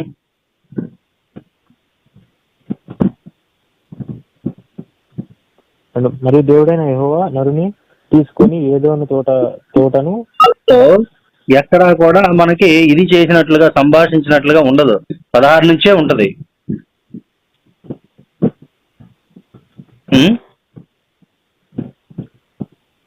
ఇంకా మేము ప్రీవియస్ గా చదువుతానంటే పోనీ ఆదికాండము ఇప్పుడు 2వ అధ్యాయం నుంచి కదా మనం చదువుతున్నాము, మొదటి అధ్యాయంగా మొత్తంగా చదివేస్తే మీకు క్లారిటీ వచ్చిందిగా. అది చదివినా అండి, కానీ సడన్ గా ఇప్పుడు దేవుడితో మాట్లాడతారు కదా, ఉంటది కదా నరుడు ఒంటరిగా. 2వ అధ్యాయం 16వ వచనం నుంచే ఉంటది, అంతకు ముందు ఉండదు. ఏంటంటే పలానా ఇప్పుడు ఆకాశ పక్షులను, నీటిని, ఈ వృక్షాలను, జంతువులను ఎలా తయారు చేస్తాడో ఉంటుంది అనమాట. మరియు దేవుడైన యెహోవా ఈ తోటలోనున్న ప్రతి వృక్ష ఫలమును నువ్వు నిర్భంతరముగా తినవచ్చును, అయితే మంచి చెడులు తెలివినిచ్చే వృక్ష ఫలమును తినకూడదు, నీవు వాటిని తిని దినమున నిశ్చయముగా చచ్చేదవని నరునికి ఆజ్ఞాపించను. మరి తిన్న దినాన చనిపోలేదు, 930 సంవత్సరాలు బతికాడు. మరియు దేవుడైన యెహోవా నరుని ఒంటరిగా నుండక మంచిది కాదని వానికి సాటి అయిన సహాయమునను వాని కొరకు చేసేదనను నన్ను. దేవుడైన యెహోవా ప్రతి జంతువులను, ప్రతి ఆకాశ పక్షులని నేల నుండి నిర్మించి ఆదాము వాటికి ఏ పేరు పెట్టుదునో చూచుటకు అతని యొద్దకు వాటిని రప్పించెను. జీవము గల ప్రతి దానిని ఆదాము ఏ పేరు పెట్టెనో ఆ పేరు దానికి కలిగెను. అప్పుడు ఆదాము సమస్త పశువులకును, ఆకాశ పక్షులకును, సమస్త భూజంతువులకును పేరు పెట్టెను. ఆయనను ఆదామును సాటి అయిన సహాయము అతనికి లేకపోయెను. అప్పుడు దేవుడైన యెహోవా ఆదామునకు గాఢ నిద్ర కలగజేసి అతడు నిద్రించినప్పుడు అతని ప్రక్కట ఎముకలలో ఒక దానిని తీసి ఆ చోటును మట్టితో పూడ్చివేశాను. మాంసముతో పూడ్చి వేశాను. ఇప్పుడు తర్వాత ఇక మీకు ఒక డౌట్ రావాలి. సృష్టించడానికి నేలమట్టి సరిపోయింది, అవ్వను సృష్టించడానికి ఆదాం యొక్క పక్కటెముక ఎందుకు ఉపయోగాల్సి వచ్చింది? సరే పోనీ. రెండో విషయం, ఇప్పుడు ఆ లెక్కని చెప్పాలనుకుంటే అవ్వను అప్పుడు ఆదాము సృష్టి చేసినప్పుడు అన్ని పక్కటెముకలు పర్ఫెక్ట్గా పెట్టాడు అనుకుందాం, ఒకటి పీకేశాడు. సో అప్పుడు అవ్వను సృష్టి చేసినప్పుడు కూడా అన్ని పెట్టేశాడు అనుకుందాము, అన్ని కరెక్ట్గా ఉన్నాయి. ఇప్పుడు ఆ లెక్కని చెప్పాలనుకుంటే ఆడదానికంటే మగవాడికి ఒక ఎముక తక్కువ ఉండాలా? దీనికి ఆన్సర్ నేను చెప్తా. ఒక కుంటివాడు ఒక గుడ్డివాడు వానికి పెళ్ళైన తర్వాత వాని కొడుకు కూడా గుడ్డివాడు అవుతాడా? వాడి కొడుకు కూడా గుడ్డివాడు అవుతాడా? ఇప్పుడు జీన్స్ అనే గుడ్డివాడు, ఒక కుంటివాడు, ఒక చెవిటివాడు, ఐడియా ఉంది, అలాంటి వాడు పెళ్లి అయితే వాళ్ళ కొడుకు కూడా అదే పెళ్లి అవుతాడు, అదే వస్తాడా, పుడతాడా? హెరిటెన్స్ అని ఉంటది, వారసత్వము అని. ఐడియా ఉందా మీకు? ఏంటి? హెరిటెన్స్, జీన్స్ ప్రకారము హెరిటెన్స్. జీన్స్ ప్రకారంగా మీ నాన్నగారికి ఏదైనా ఒక జబ్బు ఉంది అనుకుందాం, దీర్ఘకాలిక రోగం ఉంది అనుకుందాం, అది మీకు జీన్స్ ద్వారా అంటే హెరిటెన్స్ వారసత్వం ద్వారా వస్తుంది. వస్తుందా రాదా? వస్తుంది. మరి సేమ్ ఇప్పుడు అంతే, ఇది కూడా సేమ్ అంటే దాన్ని బట్టే చెప్తున్నావు కానీ మరి దీన్ని బట్టి అవుతుందా? యెహోవా యొక్క సృష్టి తప్పు అవుతుంది కదా. ఇప్పుడు ఆదాముని అన్ని పర్ఫెక్ట్ గా సృష్టి చేసి ఒక ఎముక పీకేశాడు, ఆయన ఒక ఎముక తక్కువగానే ఉన్నాడు. మరి ఇప్పుడు అక్కడి నుంచి మొత్తం ఏవైతే ఉన్నాయో అన్ని పర్ఫెక్ట్ గా వచ్చేస్తున్నాయి కదా, అలా రాకూడదు కదా. అలా వచ్చింది ఇద్దరు కలిగి. ఇప్పుడు గర్భమును, ఇప్పుడు ఏదో వాక్యం ఉంటుంది, గర్భమునందు నిన్ను ఆయన నిర్మించక మునుపే అని చెప్పేసి ఉంటది. గర్భం ఎరిగి ఉన్నాడు అని అనుకుంటే గర్భం మునిపే నిన్ను ఎరిగి ఉన్నాడు, ఎరిగి ఉన్నాడు, నిర్మించిన వాడు కూడా ఉంటది. గర్భమునందే నిన్ను గర్భం తిన్నాడు అనేసి అంటే ఇప్పుడు వీరిద్దరు ఏదైతే చేసిందో, ఇప్పుడు ఏది చేసిన పాపం ఏదైతే ఉందో, పాపం ప్రకారం పుట్టినటువంటి మొట్టమొదటి పాపి కయ్యను. ఆ కయ్యన్ని సృష్టించిన వాడు, కయ్యన్ని గర్భంలో నిర్మించిన వాడు కూడా ఈయనే. ఆయన దుర్మార్గంగా నిర్మించిన వాడు ఈయనే, దుర్మార్గంగా తయారు చేసిన వాడు ఈయనే. ఏదైతే హేబెల్ అనే వాడు ఇచ్చినటువంటి జంతు బలులు తీసుకొని కయ్యని ఇచ్చినటువంటి పంట పొలాలు ఈ చేను పంటలు ఏవైతే ఉన్నాయో వాటిని తీసుకోకుండా కయ్యను మనసులో ద్వేషం రగిల్చిన వాడు ఈయనే. ఆ తమ్ముడిని చంపడానికి, కయ్యన్ అనేవాడు తమ్ముడిని చంపడానికి కారణమైన వాడు ఈయనే. ఇప్పుడు ఆ కయ్యన్ అనేవాడు అంత దుర్మార్గంగా మారడానికి గర్భంలో ఈయన్ని, అంటే ఆయన నిర్మించిన వాడు ఈయనే.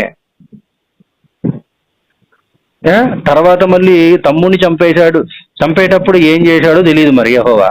ఓకే, పక్కన పెట్టండి. సరే, చంపేశాడు కదా అన్న ఉద్దేశంలో దేశ దిమ్మెర వైపు తిరిగిపోమని చెప్పేసి నుదుటి మీద మచ్చేసి పంపించిన వాడు ఈయనే. ఇట్లా యెహోవా యొక్క దుర్మార్గాలు, బైబిల్ దేవుని యొక్క దుర్మార్గాలు కనుక చదువుకుంటూ వెళ్తే పేజీకి ఒకటి కనబడుద్ది ఖచ్చితంగా, మీరు కనుక బోధార్థం పెట్టి వెతికితే. ఇన్ని దుర్మార్గాలు భగవంతుడు చేయడు ఎప్పుడు కూడా, గమనించండి. ఫస్ట్ ఆఫ్ ఆల్ ఇప్పుడు ఇక్కడ మనుషులు అన్న చేసేది, ఇక్కడ దేవుడు ఎక్కడ కనబడుతుందిగా మీకు కదా. గర్భము నిర్మించక మునుపు అంటే గర్భంలో నీవు ఉన్నప్పుడు నిన్ను నిర్మించిన వాడు ఆయనే అనుకుంటున్నప్పుడు, ఈ ఎవరైతే వీళ్ళు పాపం చేశారు, ఏది ఆయన ఆజ్ఞ అతిక్రమించి ఆయన తినొద్దన్న పండు తినేసి వెళ్ళి వాళ్ళ మంచి చెడులు తెలిసి వాళ్ళు ఆచ్ఛాదన అంటే వాళ్ళు బట్ట కప్పుకోవడం తప్పు అయినా సరే ఆయన వచ్చాడు మళ్ళీ వాళ్ళకి బట్ట కప్పించడం కోసం అని చెప్పి చర్మపు చొక్కాలు తగిలించాడు, చేయించాడు, ఇచ్చాడు అని చెప్పేసి అని రాసుకున్నారు. ఓకే, ఇప్పుడు ఈ ఏదైతే దీనివల్ల వచ్చినటువంటి జ్ఞానం ఏదైతే ఉందో, జ్ఞానం ద్వారా వాళ్ళు చేసినటువంటి సృష్టి, అదే సెక్స్ మూలంగా పుట్టినటువంటి వాడు ఎవరైతే ఉన్నాడో ఈ కయీన్ అనేవాడు మొదటి ఫలము భగవంతుని బహుమానము అని చెప్పేసి అనుకున్నప్పుడు, అటువంటి దుర్మార్గుడు ఎవరైతే ఉన్నారో దుర్మార్గుడిని సృష్టించేసిన వాడు ఈయనే. గర్భము యందు అతన్ని నిర్మించిన వాడు ఈయనే. అతను చంపుతున్నప్పుడు హేబెల్ని రక్షించకుండా దాక్కునున్నవాడు ఈయనే. ఇది మనం మానవత్వంగా కింద చూడడం కాదు, స్వయంగా అక్కడ కనబడుతుంది యెహోవా యొక్క చేష్టలు. బైబిల్ దేవుడైనటువంటి యెహోవా యొక్క చేష్టల గురించి మాట్లాడుతున్నా నేను మనుషులు చేసినటువంటి వీళ్ళ గురించి మాట్లాడట్లా. ఇప్పుడు బైబిల్ని కనుక తీసుకుంటే మనం ఏం చెప్పాలి? ఇప్పుడు అన్నదమ్ములంటే మేమేం చెప్తాము? రామలక్ష్మణ భరత శత్రుఘ్నులా ఉండండి రా బాబు, ఒక తల్లి కన్న బిడ్డలు కాకపోయినా సరే, వేరే వేరే కన్న వాళ్ళు అయినా సరే, వాళ్ళందరూ కూడా ఒక తల్లి కన్న బిడ్డల్లాగానే సహోదర భావంతో మెలిగారు, మీరు కూడా అలా ఉండండి అని చెప్తాము. ఇప్పుడు బైబిల్ ప్రకారం ఏం చెప్పాలి? కయ్యను హేబెల్లాగా తన్నుకు సావండ్రు అని చెప్పాలా? అట్లెందుకున్నదన్న? నీ సహోదరుని తప్పు చేస్తే ఖండించు అని ఉంటది. నీ సహోదరుడు సాయంత్రం వరకు మీకు ఇద్దరం ద్వేషాలు ఉంటే సాయంత్రం ఏమంటారు మన సూర్యుడు అస్తమించక ముందే వంట సమాధానం పడవని ఉంటది. లేదా మీరు మాట్లాడరే? ఇక్కడ నీ మనసులో ఒక నీ సహోదరుడి పట్ల ద్వేషం ఉన్నట్లయితే సాయంత్రం వరకు ఆయనతో సమాధానం పడు. అప్పుడే నువ్వు క్లీన్ గా ఉన్నట్టు అని ఉంటది. అది చూడలేదా మీరు? వినే మనసు ఉంటే మీకు చెప్పే వాటికి క్లారిటీ ఇస్తా ఏమన్నా. ఇప్పుడు నీ సోదరుడితో ఏదైనా తగువ జరిగినప్పుడు అది సాయంత్రానికల్లా సమాధాన పడు అని చెప్పింది మాట. కానీ ఇక్కడ కయీను హేబేలు మధ్యలో జరిగినటువంటి ఆ సంఘటన చేష్ట స్వయంగా జరిగినవి. ఇక్కడ మనం మాట చెప్పిన దానికంటే కూడా స్వయంగా జరిగిన వాటిని చూస్తాం. ఇక్కడ నేను చెప్తున్నది రామలక్ష్మణ భరత శత్రుఘ్నులు ఎవరైతే ఉన్నారో వాళ్ళ మధ్యలో జరిగినది చేష్ట, జరిగినటువంటి సంఘటనలు. వాటిని చూసినప్పుడు వాటి వల్ల మనం రియాక్ట్ అవుతాము. మాటలు అంటే దానిదేముంది, మాటలు ఎన్నైనా చెప్పుకోవచ్చు, ఏమైనా చెప్పుకోవచ్చు. ఇప్పుడు యెహోవా ఆయన వెళ్ళేటప్పుడు ఈ మంచి చెడులు తెలియనిచ్చే వృక్ష పొలంలో నీవు తినకూడదు అని మాట చెప్పేసి వెళ్ళిపోయాడు. కానీ ఇక్కడ చేష్ట జరిగింది కదా ఆల్రెడీ. చేష్ట ఏదైతే ఘటన జరిగినటువంటి సందర్భం అనేది ఏదైతే ఉందో అది ఎక్కువగా హత్తుకుంటుంది మనసులో. చెప్పిన మాటలు అనేవి కావు. మనం దేన్ని ఆదర్శంగా తీసుకుంటాము అంటే సంఘటన, అది ఘటన, సంఘటన. ఎందుకు సంఘటన? ఘటన జరిగినటువంటి సందర్భము, దాన్ని తీసుకుంటాం మనము. మాటలదేముంది, మాటలు ఎన్నైనా